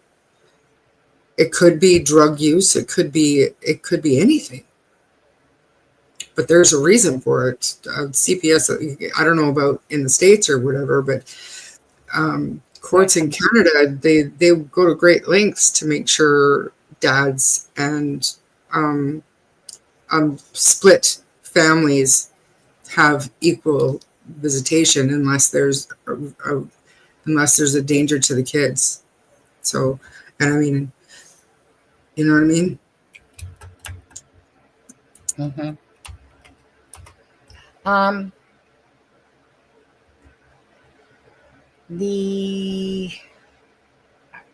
wonder if, okay, I want to go to this first. Sorry, I'm trying to read. I'm reading what Belinda is saying to me. But not sure at this moment if I'm even going to say it or not, because I know I'm just going to leave it at that for a minute, actually. So Daphne messed up with her words. She meant to say that they're not in the woods. They might as well be in the Halifax Harbor, because she doesn't believe they're ever in the woods. So basically, she was being sarcastic. Sarcastic, right? You're right on that. So on there, and so I want to come back now. Is there any truth, Belinda? If you could answer in Messenger, just to get back to that comment there from my bad. I just had it up. The one about thieving. Is there? So basically, it's, well, I mean, I think what's being said is that basically a bunch that they do drugs and that they thieve around businesses for money. Absolutely, David. I'm sorry, David and Catherine. I'm sorry. Absolutely, women. Absolutely, it happens on both ways, and that's kind of what I was trying to say. I apologize. That's not, Okay.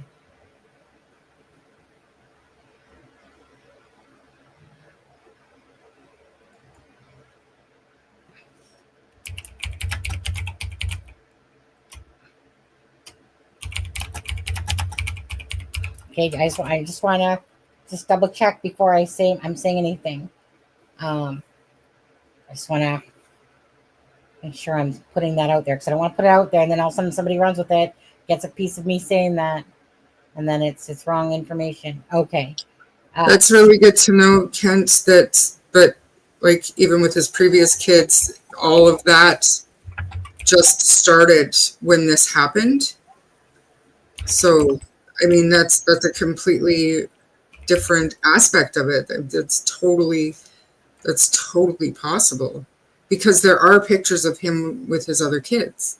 And that's why I said, like, I've been biting my tongue. It was just something that was in my head and I mean, it is the cycle of abuse on either side. Like, trust me, I'm currently dealing with a woman who is abusive to her ex. So, I mean, I get it. It's on both sides. Absolutely.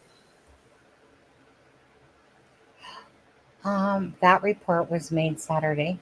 Well, that's the kind of the issue that Belinda had with that exact clipping as well, by the way. Thanks, Charmaine. Why Daniel said to the reporter last couple of days was hard or stressful, right? Then he corrected himself since Friday morning. He stuttered and said Friday, like he stuttered over the same word.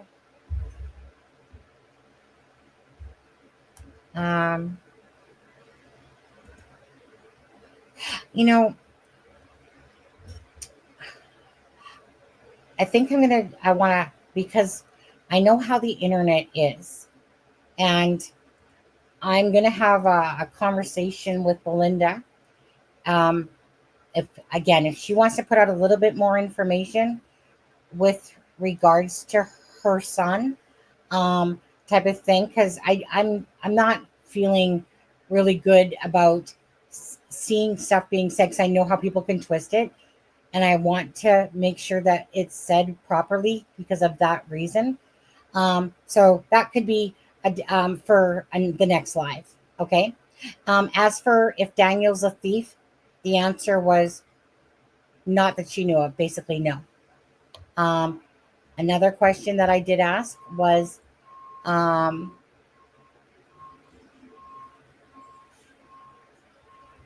okay.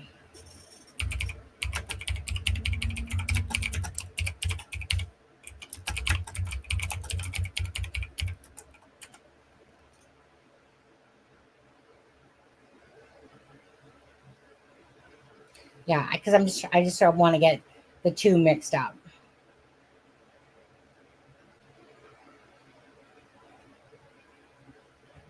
Okay, so that's why. Okay, I'm. You know what? I'm not going to cover every of these things. Some of these questions that you're asking, I can ask Belinda after the fact, but I definitely just want to have my ducks in a row. I don't want to say anything, because there's so for instance, just a minute ago, I thought she was talking about Daniel, but yet she was talking about her son about something. And so I don't want to confuse the two about information on there. So for that part of it, I'm just going to leave that. I think to be honest with you, I've said, I think we've gone through enough that, like, for the conversation that we had. It was really early in the morning when I noticed that Belinda had added me as a friend again, because she said that, and thank you for saying this, because she said she felt like I was the right person. I don't say that with ego. What I say that with is because I had requested the friendship about a week and a half ago, and she has put out posts. Whenever I see that she's kind of did a post, I kind of just go over to her Facebook and I look to see, if there's a new post that she's put up about the Lily and Jack and the missing poster and just different things. Yeah. And so obviously she felt, like I said, about it really becomes about sincerity, being genuine. And I appreciate that, because that's what this channel is about. It's not about trying to profit, trying to change a narrative for the sake of a view or a click or a subscriber. honestly, that stuff is like the furthest from my mind. Yes. Do I want the channel to grow? Absolutely. Awareness, the more subscribers you have, the more awareness you can bring to other people. Right? So my heart is always in the right place to why I do things. When I see people try to attack and stuff like that and take away from just decent humans in life, I find that really disgusting, to be honest with you. And it just, like I said, I can see a fraud or a scammer a mile away. They stick out like a sore thumb. Do I hate the fact that I can see those channels, how they just try to reap off of cases in their own way? Absolutely. Does it bug me? Is it my channel? No, it's their channel. They can do whatever they want. This is my channel. I can do whatever I want, but I have to live with my own morals at the end of the day. And money will never, even in my real life, money has never been in my eyesight as, oh my God, this is about money. Never. I just couldn't, it's not the way my heart works. It works about caring and stuff like that. So for the sake of the channel, I just really want awareness. I want people that have respect for each other in it. I want, that's what I would want. Again, I don't care if I knock out 50 people in a chat because they're being jerks. I don't care about that stuff. I just want good, respectful, caring people in a chat room. And if you can't behave like adults, then I don't want you here. Simple as that, right? I think it just goes without saying. Let me just quickly see. Okay. Yeah, I'm not, like I said, I can see Belinda's typing to me some things, but it's like, this is just stuff she might be saying, but I'm not gonna, like I said, people do enough damage to people already as it is, and stuff like that. I just truly appreciate Belinda giving us some of these answers that Malaya gave her that information about the 8:30 and last seen Thursday night. That's from Malaya about the police and the saying basically, telling Malaya that, if you don't leave, then your child's going to be taken away from you. So she didn't want to leave, but she had to leave, right? For the sake of Baby Meadow. I appreciate, again, her telling us about how the woods are and that they are, being there searching in the woods, that she can see that, like, for kids to go through that, it's just very thick and hard to even walk through, basically. What else, Jeremy? Oh, the fact, again, point fact, that the Cody Lee Sullivan, that's going around, that has some sort of that marketplace thing, is not her son. That's misinformation. So any YouTuber out there, please do correct that, because if you really truly care about the truth, and if Belinda's saying, look, and it wasn't like this was a discussion like, oh, I'm going to do this on the live. She said it. I asked, is that something that I can say to correct? She said, yes. She's glad that her son doesn't have social media. And again, because people will just rip you apart. And because there was lack of, even I searched Cody Lee Sullivan, and I was like, well, a lot of it wasn't making sense to me, to be honest with you. And that's why I really never brought it up in the first place, because it was like, I know Evil Exists had it on his channel. That's where I personally first seen it. And, and I know Evil Exists tries to put out the credible information, and as, most good channels try to do. But sometimes people just get it wrong. And we've seen this happen in multiple cases, even in the Delphi case, and then honestly, just becomes a big circus act. So Belinda's saying that you guys got it wrong. Who you think is her son is not her son. Okay, so what more can I say than that? Hopefully people, again, pass that information along as they go hop in other channels and they start discussing it. Everyone always wants receipts. I get that. I think we did a pretty good job here. at doing Listen, that. have you or has Belinda brought up whether or not Malaya is searching, is helping in the search in any capacity? Because that's a common theme across all of YouTube. Like, why isn't she helping search? And we've talked about it a lot too. We would never leave where our kids were. I mean, if there's a situation, like I think we talked about it too, that perhaps like she needed to leave to protect the custody of her baby. But like, is she helping in the search effort at all? That's what I would like to know. So Belinda, do you know anything about if Malaya is participating in anything to do with the search for the children? I know that people have said about the RCMP said not to talk, but yet Daniel's talking just fine. So that doesn't make sense. But maybe it does make sense. Maybe it makes sense to something we don't know yet.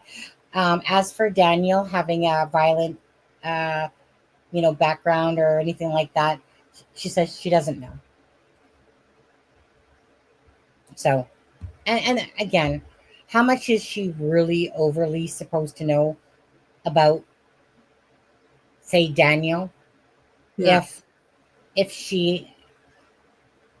Malaya and Daniel have backed off from the family and her being able to see her grandchildren. So I'm not really sure how much talk has happened between Malaya and Belinda, but obviously, Daniel's not going to be messaging her going, "Hey, Grandma," we know that. Yeah. Not Like I even said good. though, like when I split it took some time, obviously, but I never kept my kids away from their grandparents, no matter how terrible it was. I mean, there were certain things in place where I knew that they were safe from my ex, but I never kept them, and that could have just been phone calls.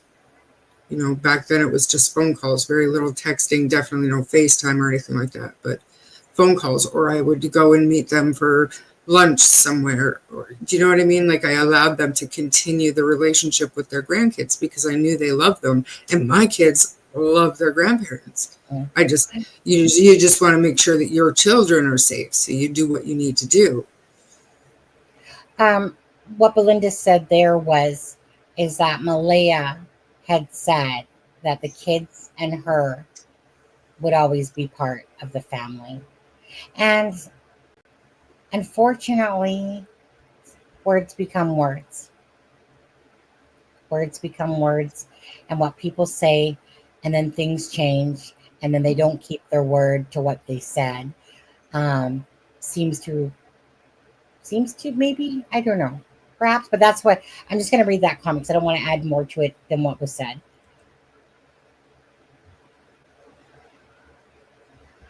Okay. Belinda, do you know anything about Malaya doing any searching or helping in the search? Do you know anything at all about that, please? Charmaine, Belinda says she is right. That was the impression we got as well.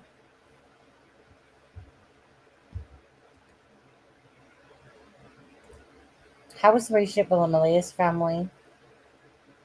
Oh, hi, Anne. We've kind of actually covered that for the most part. So it was a good relationship up until, obviously, Malaya and her son, relationship ended.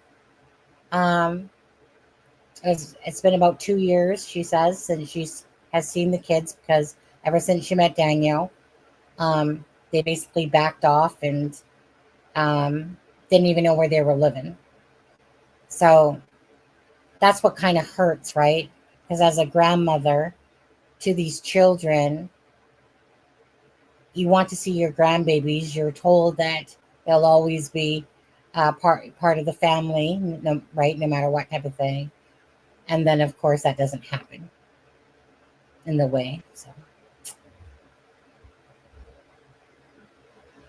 I agree, Joyful Sullivan. That's I can't understand myself, is even if I had to get my baby out of there, My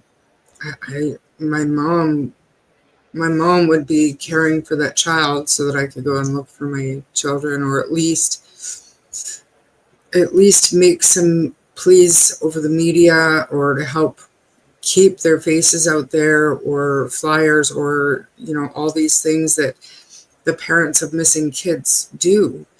But that's what I'm asking. Like, does she know if Malaya has done any of that?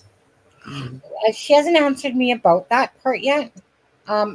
Belinda, again, do you know anything at all, Belinda, about Malaya doing any sort of searching? Have you heard anything about that, or do you just simply not know? So I'll let her see if to answer that, and then, but what she says, but when Lily had her birthday in March, Malaya said she would bring the kids by to see us soon, and obviously, there's no children around.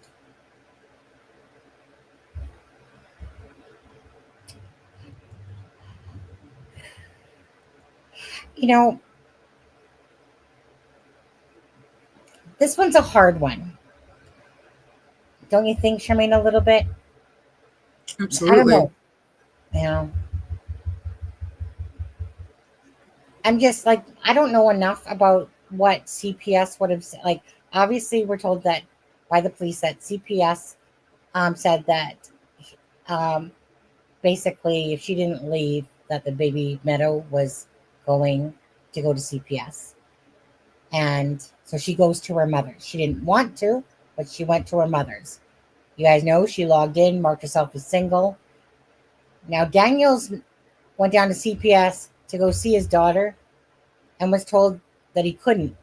And he's also not allowed to see his other two children.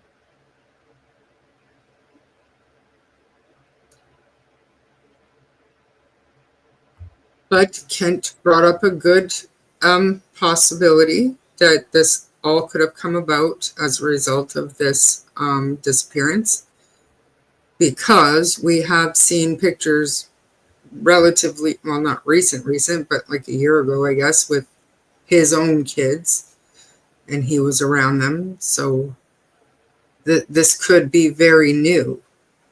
But I mean, I don't, maybe I'm wrong, but I can't see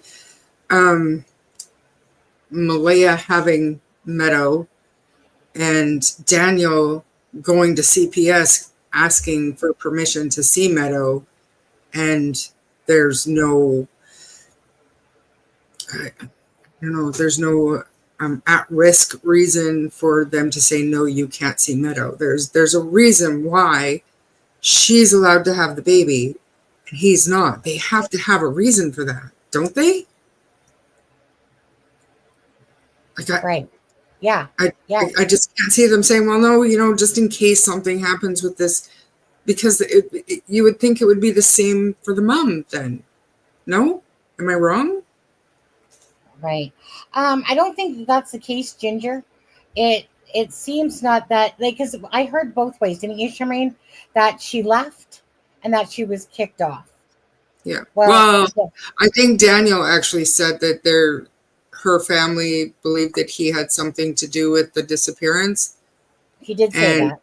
Wasn't it him that said his mom asked her to leave the property? Or asked her family to leave the property? I honestly don't remember that, because I remember him alluding to the fact that she just left. That she left. Mm-hmm. It's almost like he didn't go past saying that I know of. I just remember that interview where it's like, and I kept thinking to myself, is he saying that in a nice way? But I don't know that's, I don't know. I mean, I think bottom line is if the police are telling you that you need to, basically remove yourself. I don't know. We don't know the full story of it, but bottom line is CPS, the police said CPS will take the baby if she doesn't leave. So it maybe, like, he never, I don't think ever said that.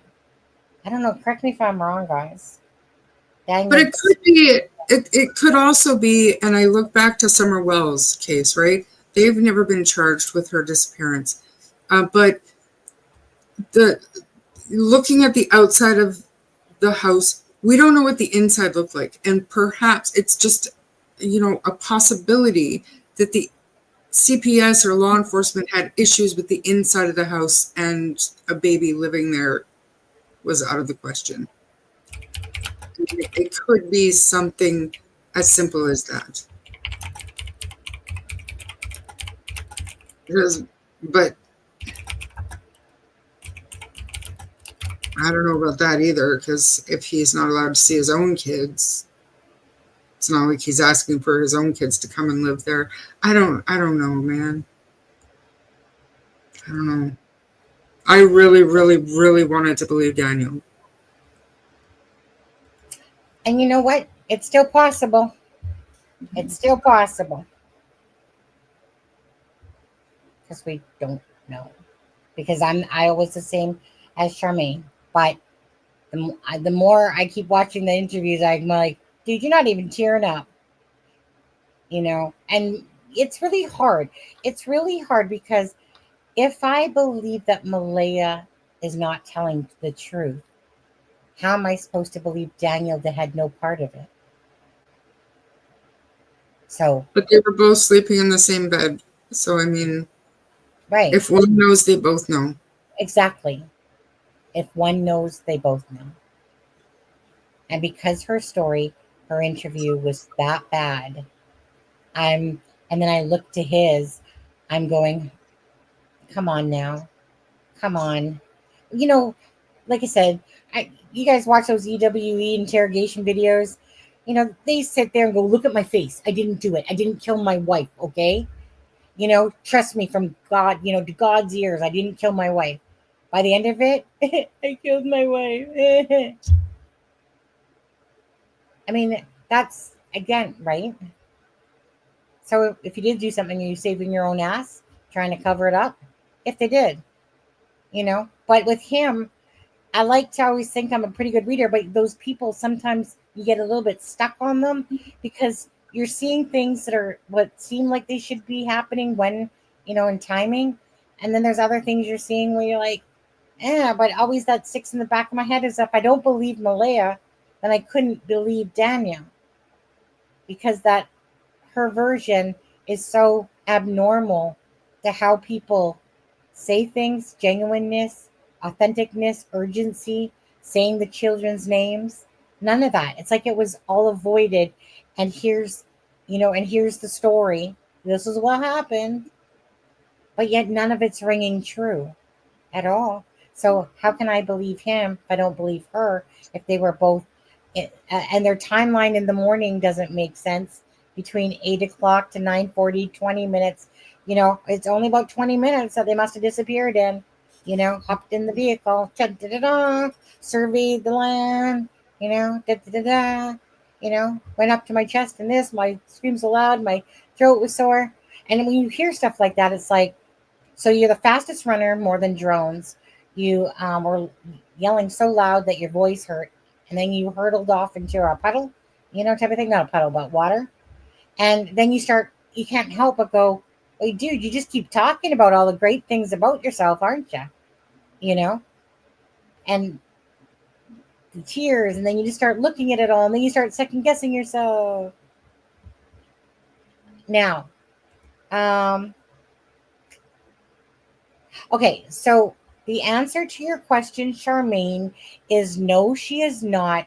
The police told her to stay put. About the searching. Again, always remember that information is being handed over. Does it make it true? No. Yes, but I know that they don't want extra hands helping in the search. That wouldn't stop me from talking to people, to talking to the media. They wouldn't. I don't care what anybody says. They'll never convince me that the police told her, do not talk to the media. Okay. It could have been, you can't release this information to the media. And if you can't refrain from doing that, then stay away from the media. It could have been that, but they didn't say, don't talk to the media. They want the word out there. Do they not? Well, the thing is, this is my thing here. is because we're without that knowledge of truly that information about what exactly happened, in a sense, to Malaya. She leaves CPS, whatever, what she was told, what is being guided to her by her parents, by family members and stuff like that, right? Like, I'm sure a lot of it is her listening to her elders as well.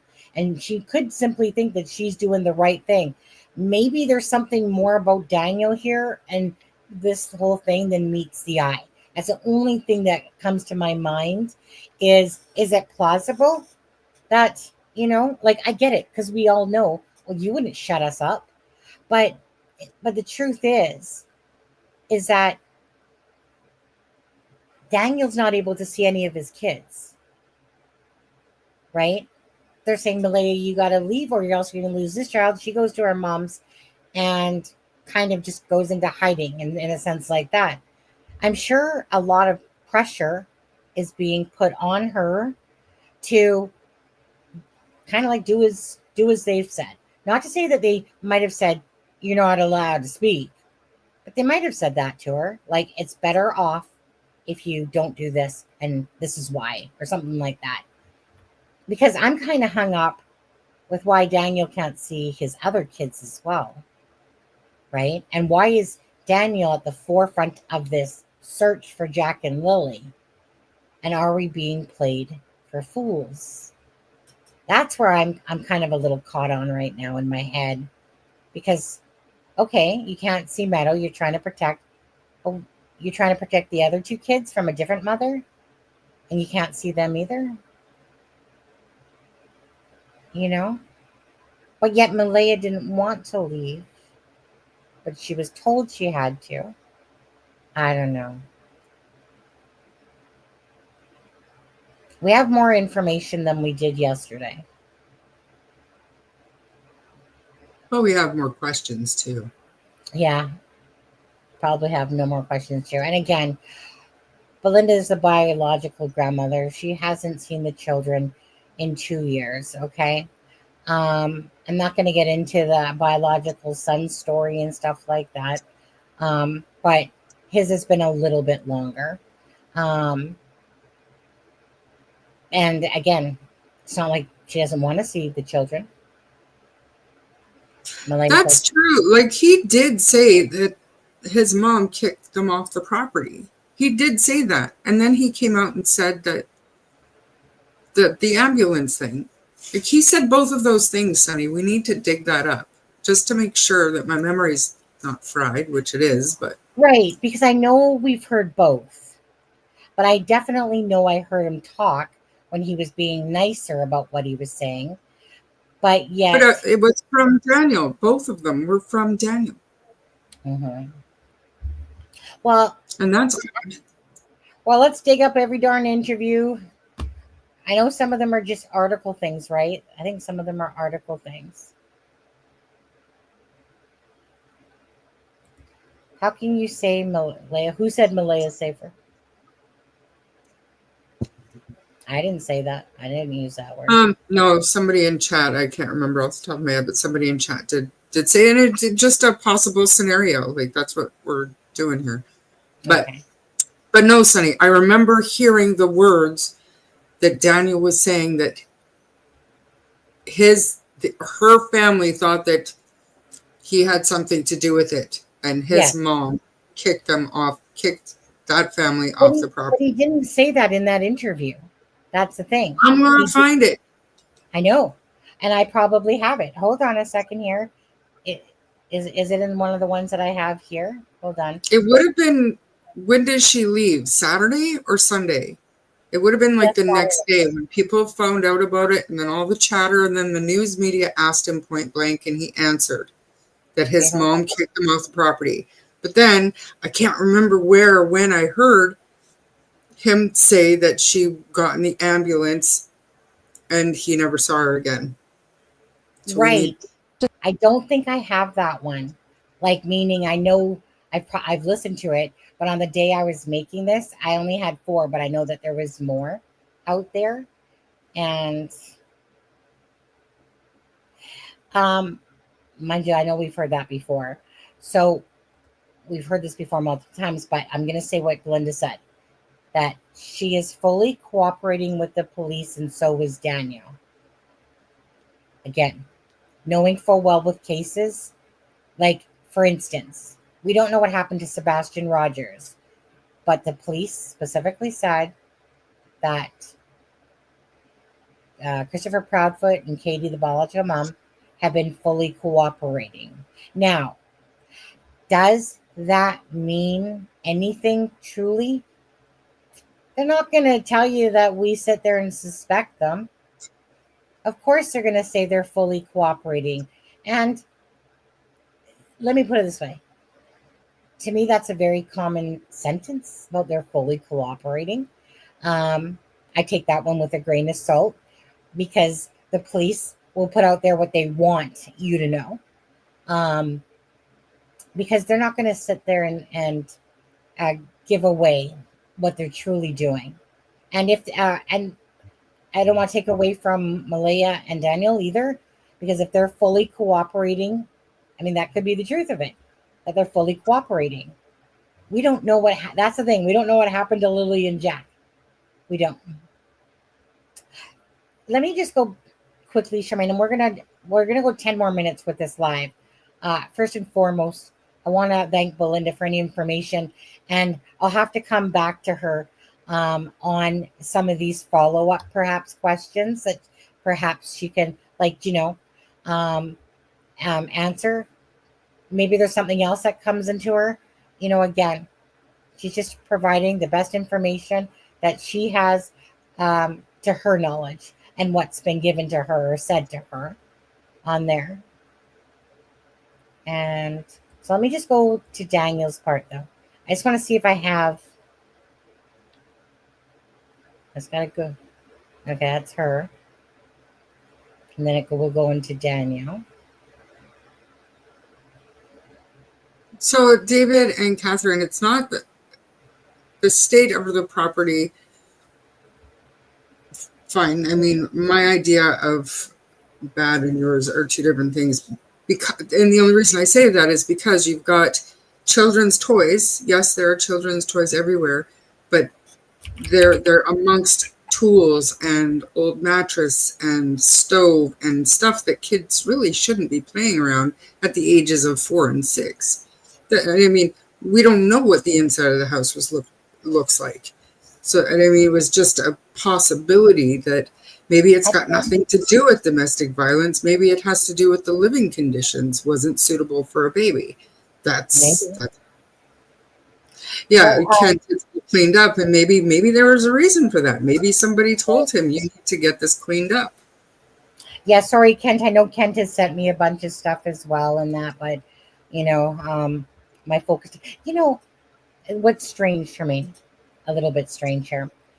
So yesterday, I put out the post about, with Daphne speaking. Okay, so anyone coming in, that's Daphne. Over 1,200 people within minutes, pretty much, in the live chat. Today, there's a second person that's speaking. But all I can kind of think about by chance is if Deception Detective calls it bullshit and a lot of people watch him because he got to 160, then it's almost like, that just kind of went through my head. Because then yesterday too, I noticed that Smiley's World shared your live stream as it was happening. She did, yeah. Oh, and I mean, probably other ones did too, but you know what I'm saying? Like, yeah, your other stream traction, and plus, apparently, I'm rude and off the cuff, so maybe. I was going to say today's a little bit different day because today's not Sunday; it's whatever. But you know what? All we ask, regardless, is that anyone that covers the case and brings awareness to it, that's what matters, right? That's what matters at the end of the day of all this. So whether you agree with the channel or don't agree with the channel and stuff like that, at the end of the day, really, I mean, there's some real trash channels out there. Don't get me wrong. Who probably break every YouTube rule out there. YouTube is so hypocritical, to be honest with you, that way. But whatever. At the end of the day, honestly, all I ever care about is doing my part. But the goal is to always just bring awareness about cases. And when you see cases like I saw the Suzanne Morphew case going on, and by the way, Belinda answered something here. The Suzanne Morphew case, when I seen it taking a dive, and people were kind of like, at this point, after the search with her brother, people really lost their steam. Sorry, getting tired a little bit. People lost their steam, and I was like, hell no. I'm going to keep the focus on this case, and I'm going to keep bringing awareness. And thankfully, it picked up regardless, like meaning, right? It picked back up with traction on it. I feel very sad, actually, for all the cases that don't even get the traction that some of these cases get, because there are so many that happen. But I truly do.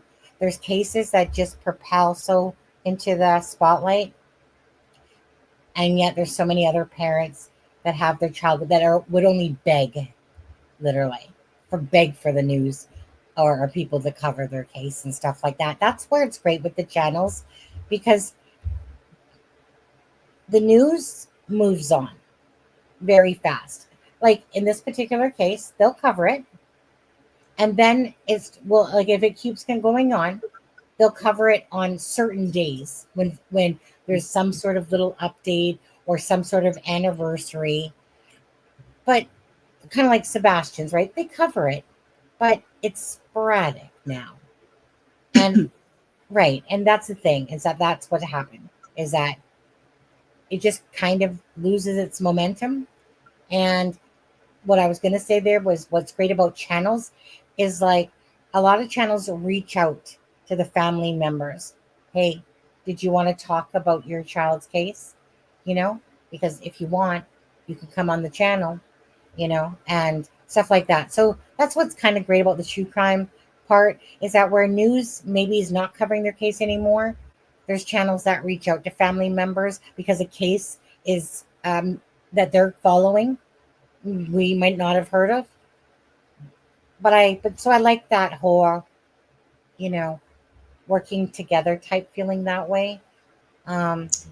Maybe Belinda can clarify for us, because we know what we think about written articles. Sometimes they have bad information.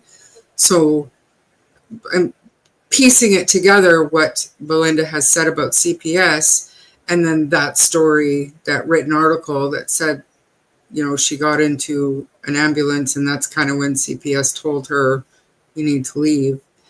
But then we also have the other story about the mom kicking them off the property from Daniel's own mouth.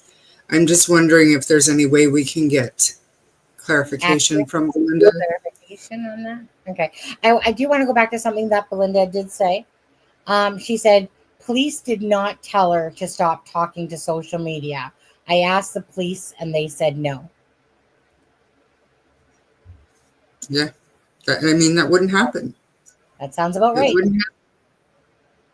Yeah. Because everyone knows, including a police officer's wife that was in here, married to a police officer, RCMP for 14 years, said no. And there's a couple other people that have come in there as well saying, no, the police wouldn't say that. And they don't. If anything, they want you to talk. Blah, blah, blah, blah, blah. Well, and just like, they want you to talk because they want to find gaps in the story. Once they've exhausted all of their investigative leads, what else do they have except, tips and changing stories and stuff that they want you to talk. And yeah, but the story about oh, really? What? Kent says the story about the ambulance was in CTV interview as well. It was. I just want clarification because I want to know which is which. Because it matters. It matters as far as why she's, the possible reasons for her not to be searching. I'm just asking. I'm not Obviously, sure what. CPS is not letting Daniel see his daughter. Yeah. I'm not sure. Melinda said something about yes, I do, but I'm not sure what that was referring to because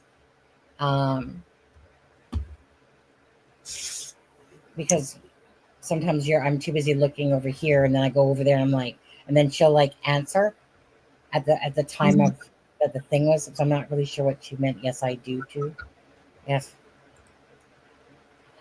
I'm yawning. Hold on. Hi. We are Canadian, right? We are Canadian. Tremaine, you have an accent. John, you talk like a Canadian. You say a lot. I don't say a. I do actually.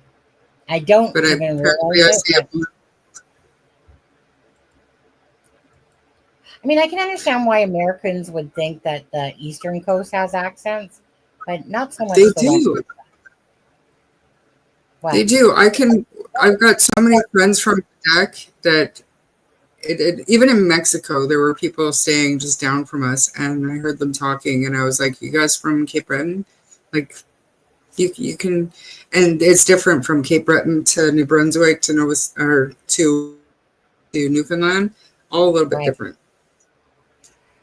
She says, "I don't think it was her; it was her family."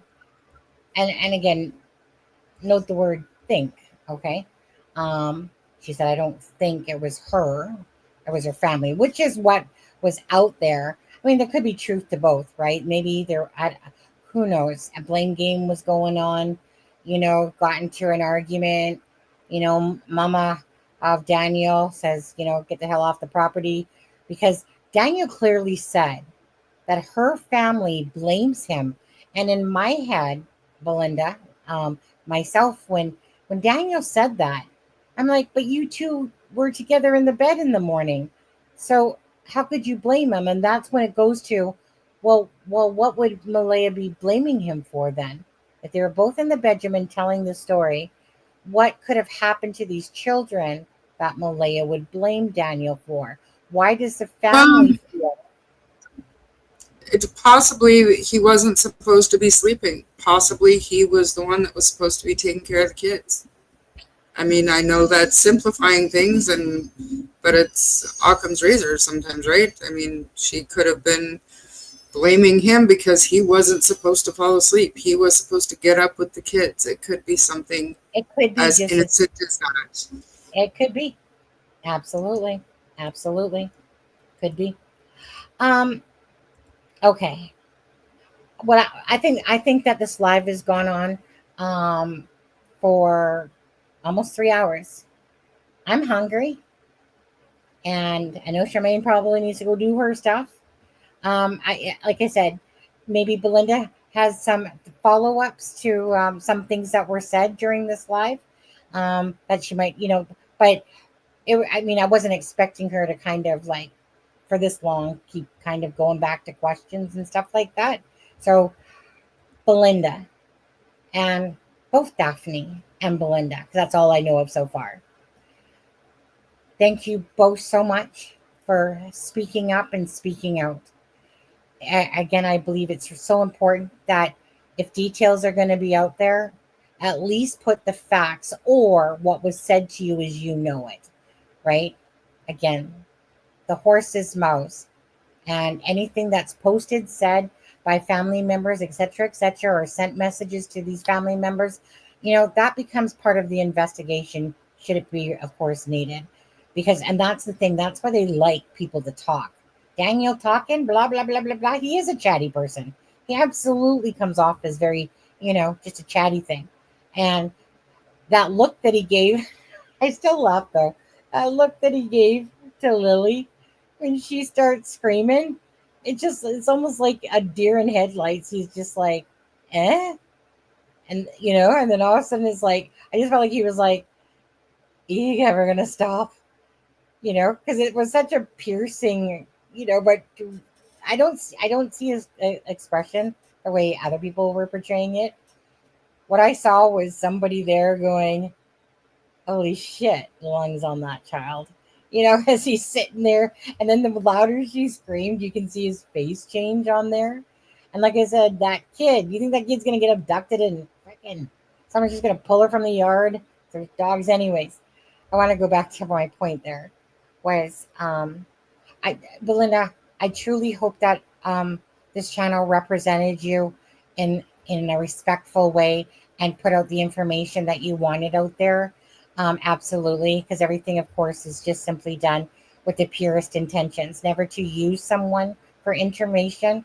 Not sitting there trying to slide in. Bottom line is, we're following this case, and then we follow this case because obviously we care about this case. I don't follow a case for any other reason. It has to gravitate, like, it's not like I sit there and go, oh, what case am I going to cover today? I pay attention to a lot of cases that we don't cover on the live. I just follow them. And then there's cases that I'm like, I'm covering this one. Why? Because something in my heart just said, cover this case. Same thing happened with Sebastian, Nicola Bully, in cases like that. Okay. What are you sending me? What are you sending me, Charmaine?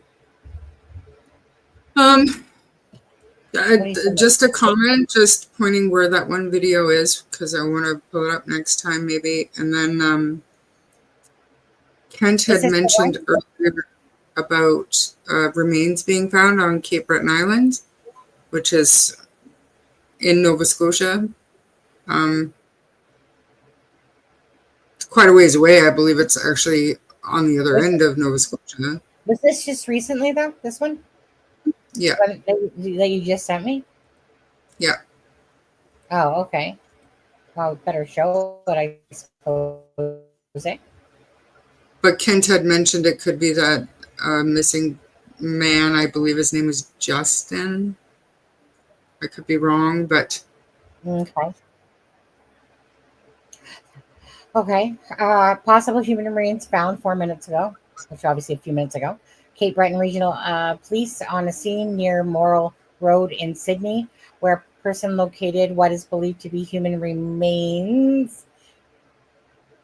Jack and Lily wouldn't be at like if they were deceased, right? They wouldn't be like at that part of the.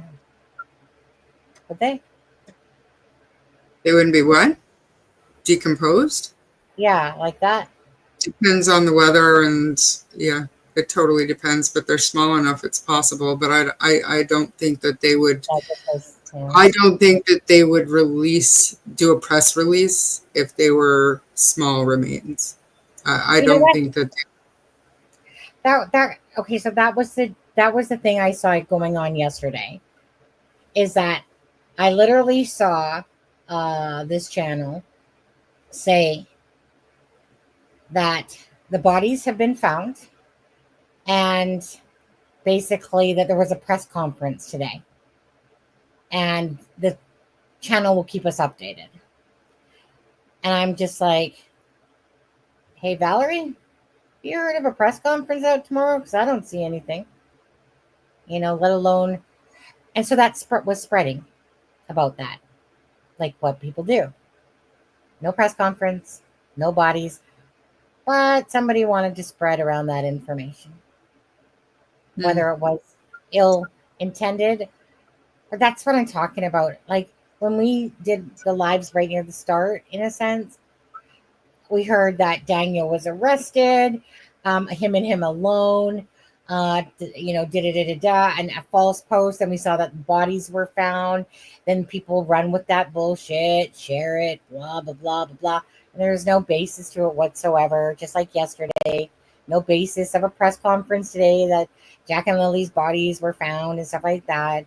But, so it's like those things, right? It's kind of like, here we go again. Because, a lot of... Which is why I send it to you, so you're not blindsided by a bunch of people sending you this, human remains found, thinking it's possibly them. This way you've got it up there, and we can say almost with complete certainty that it's not Lily and Jack. No, I don't believe so. Right. Lily and Jack, the remains they had, well, in forensic, they were missing a person named Justin McDonald. He was murdered. They're going through the trial now. But the ones that, okay. Thanks, Kent. And again, thank you, Kent, and, always appreciative. And Valerie as well. And Lily, thank you for sending that. Belinda, we're going to go off the live in just a moment. But I want to see if Belinda, is there anything, Belinda, before we end this live, that you wish to say from your words at all? I know, of course, you want Jack and Lily and answers and stuff like that, but there's your words. Is there anything at all you want to say before we end the live? And of course, so I'll just let her see if she starts typing anything. But other than that, again, so appreciative to Daphne for saying, like, regardless, right? She's frustrated. Thank you for speaking out. Thank you, because again, when cases start hearing no information, thank you for posting, providing information, providing your thoughts. It's their family that's going through this. It's not ours. And I so hate even thinking that something nefarious happened to children.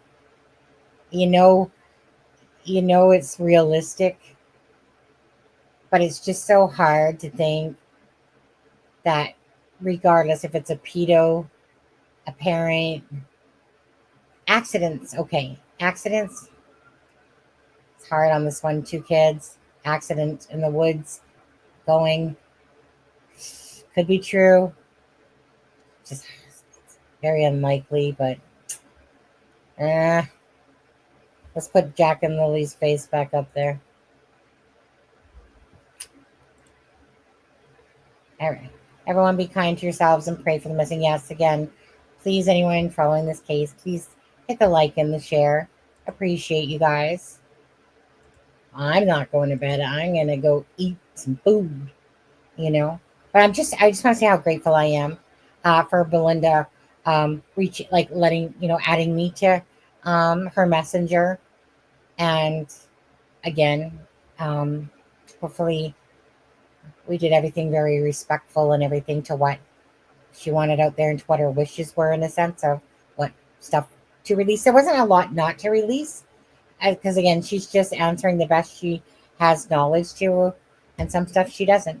So she doesn't know. She doesn't know about Daniel's background, stuff like that. Maybe Belinda. Belinda, did you fall asleep over there? I don't see you typing back there. Just asking if there was if there's anything that you wanted to say before we head off. She could, you guys, it's like 4 hours difference. 9 to 10, 10 to 11, 11 to 12, 12 to 1, 1 11. It's 9 11 here, guys. 911. Emergency. Okay.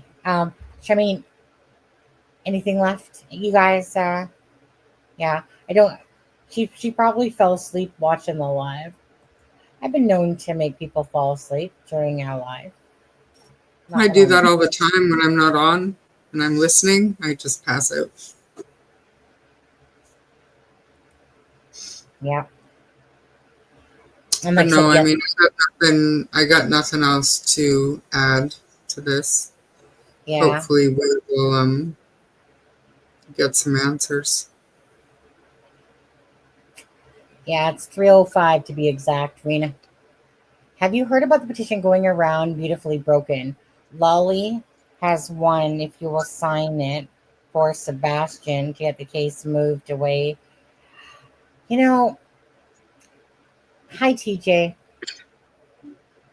What I feel about petitions, and honestly, I've signed a beer. They don't do shit. They literally don't do shit.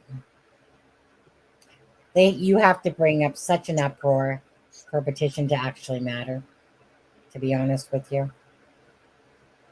I've done quite a few of those petitions, and guess what? They don't do shit. Besides signing it. Yeah. How do you feel about those things? It's only because any of the ones that I've done, they could have millions of people signing it. Doesn't do shit. Like if there's a petition on what is it, change.org, I'm there. I'll sign it if I believe in it. But very rarely does it get any traction. It doesn't really promote change. Yeah. Okay, I'm gonna look one more time. Nope, I think Belinda fell asleep on us, people. she hasn't been typing any time. She probably fell asleep listening. Anyways, you guys, please, thank you guys so much for being here. Thank you, mods. Thank you for there was a taco. There was a super chat from Demon Z on there. And it was Amy that sent a taco on there. So appreciate that. Gotta say that, of course. And appreciate Belinda. Appreciate the truth. Appreciate Daphne and stuff like that. I really do hope that Deception Detective does a little bit of a retract on that once he realizes that it is family. Wow. On there. But we'll see. Hopefully he does. And other than that, you guys have a blessed night. And thank you guys all for being here. Am I missing anything, Charmaine? Thank you, Charmaine. No, thank you for everybody for being here and spreading the word. Yeah. You know what? Like I said, we didn't have certain information yesterday. We have certain information today, more so and stuff like that. So that's all we can ask for. Because honestly, it's better than just running around with a bunch of speculation with no basis behind anything. That's what's great about family speaking up, about certain things or letting the public know how they're feeling about the case, like Daphne did in hers. Yeah. Good night, guys. Okay. So with that being said, thank you guys so much. And you guys take care. Good night, everybody. Night night.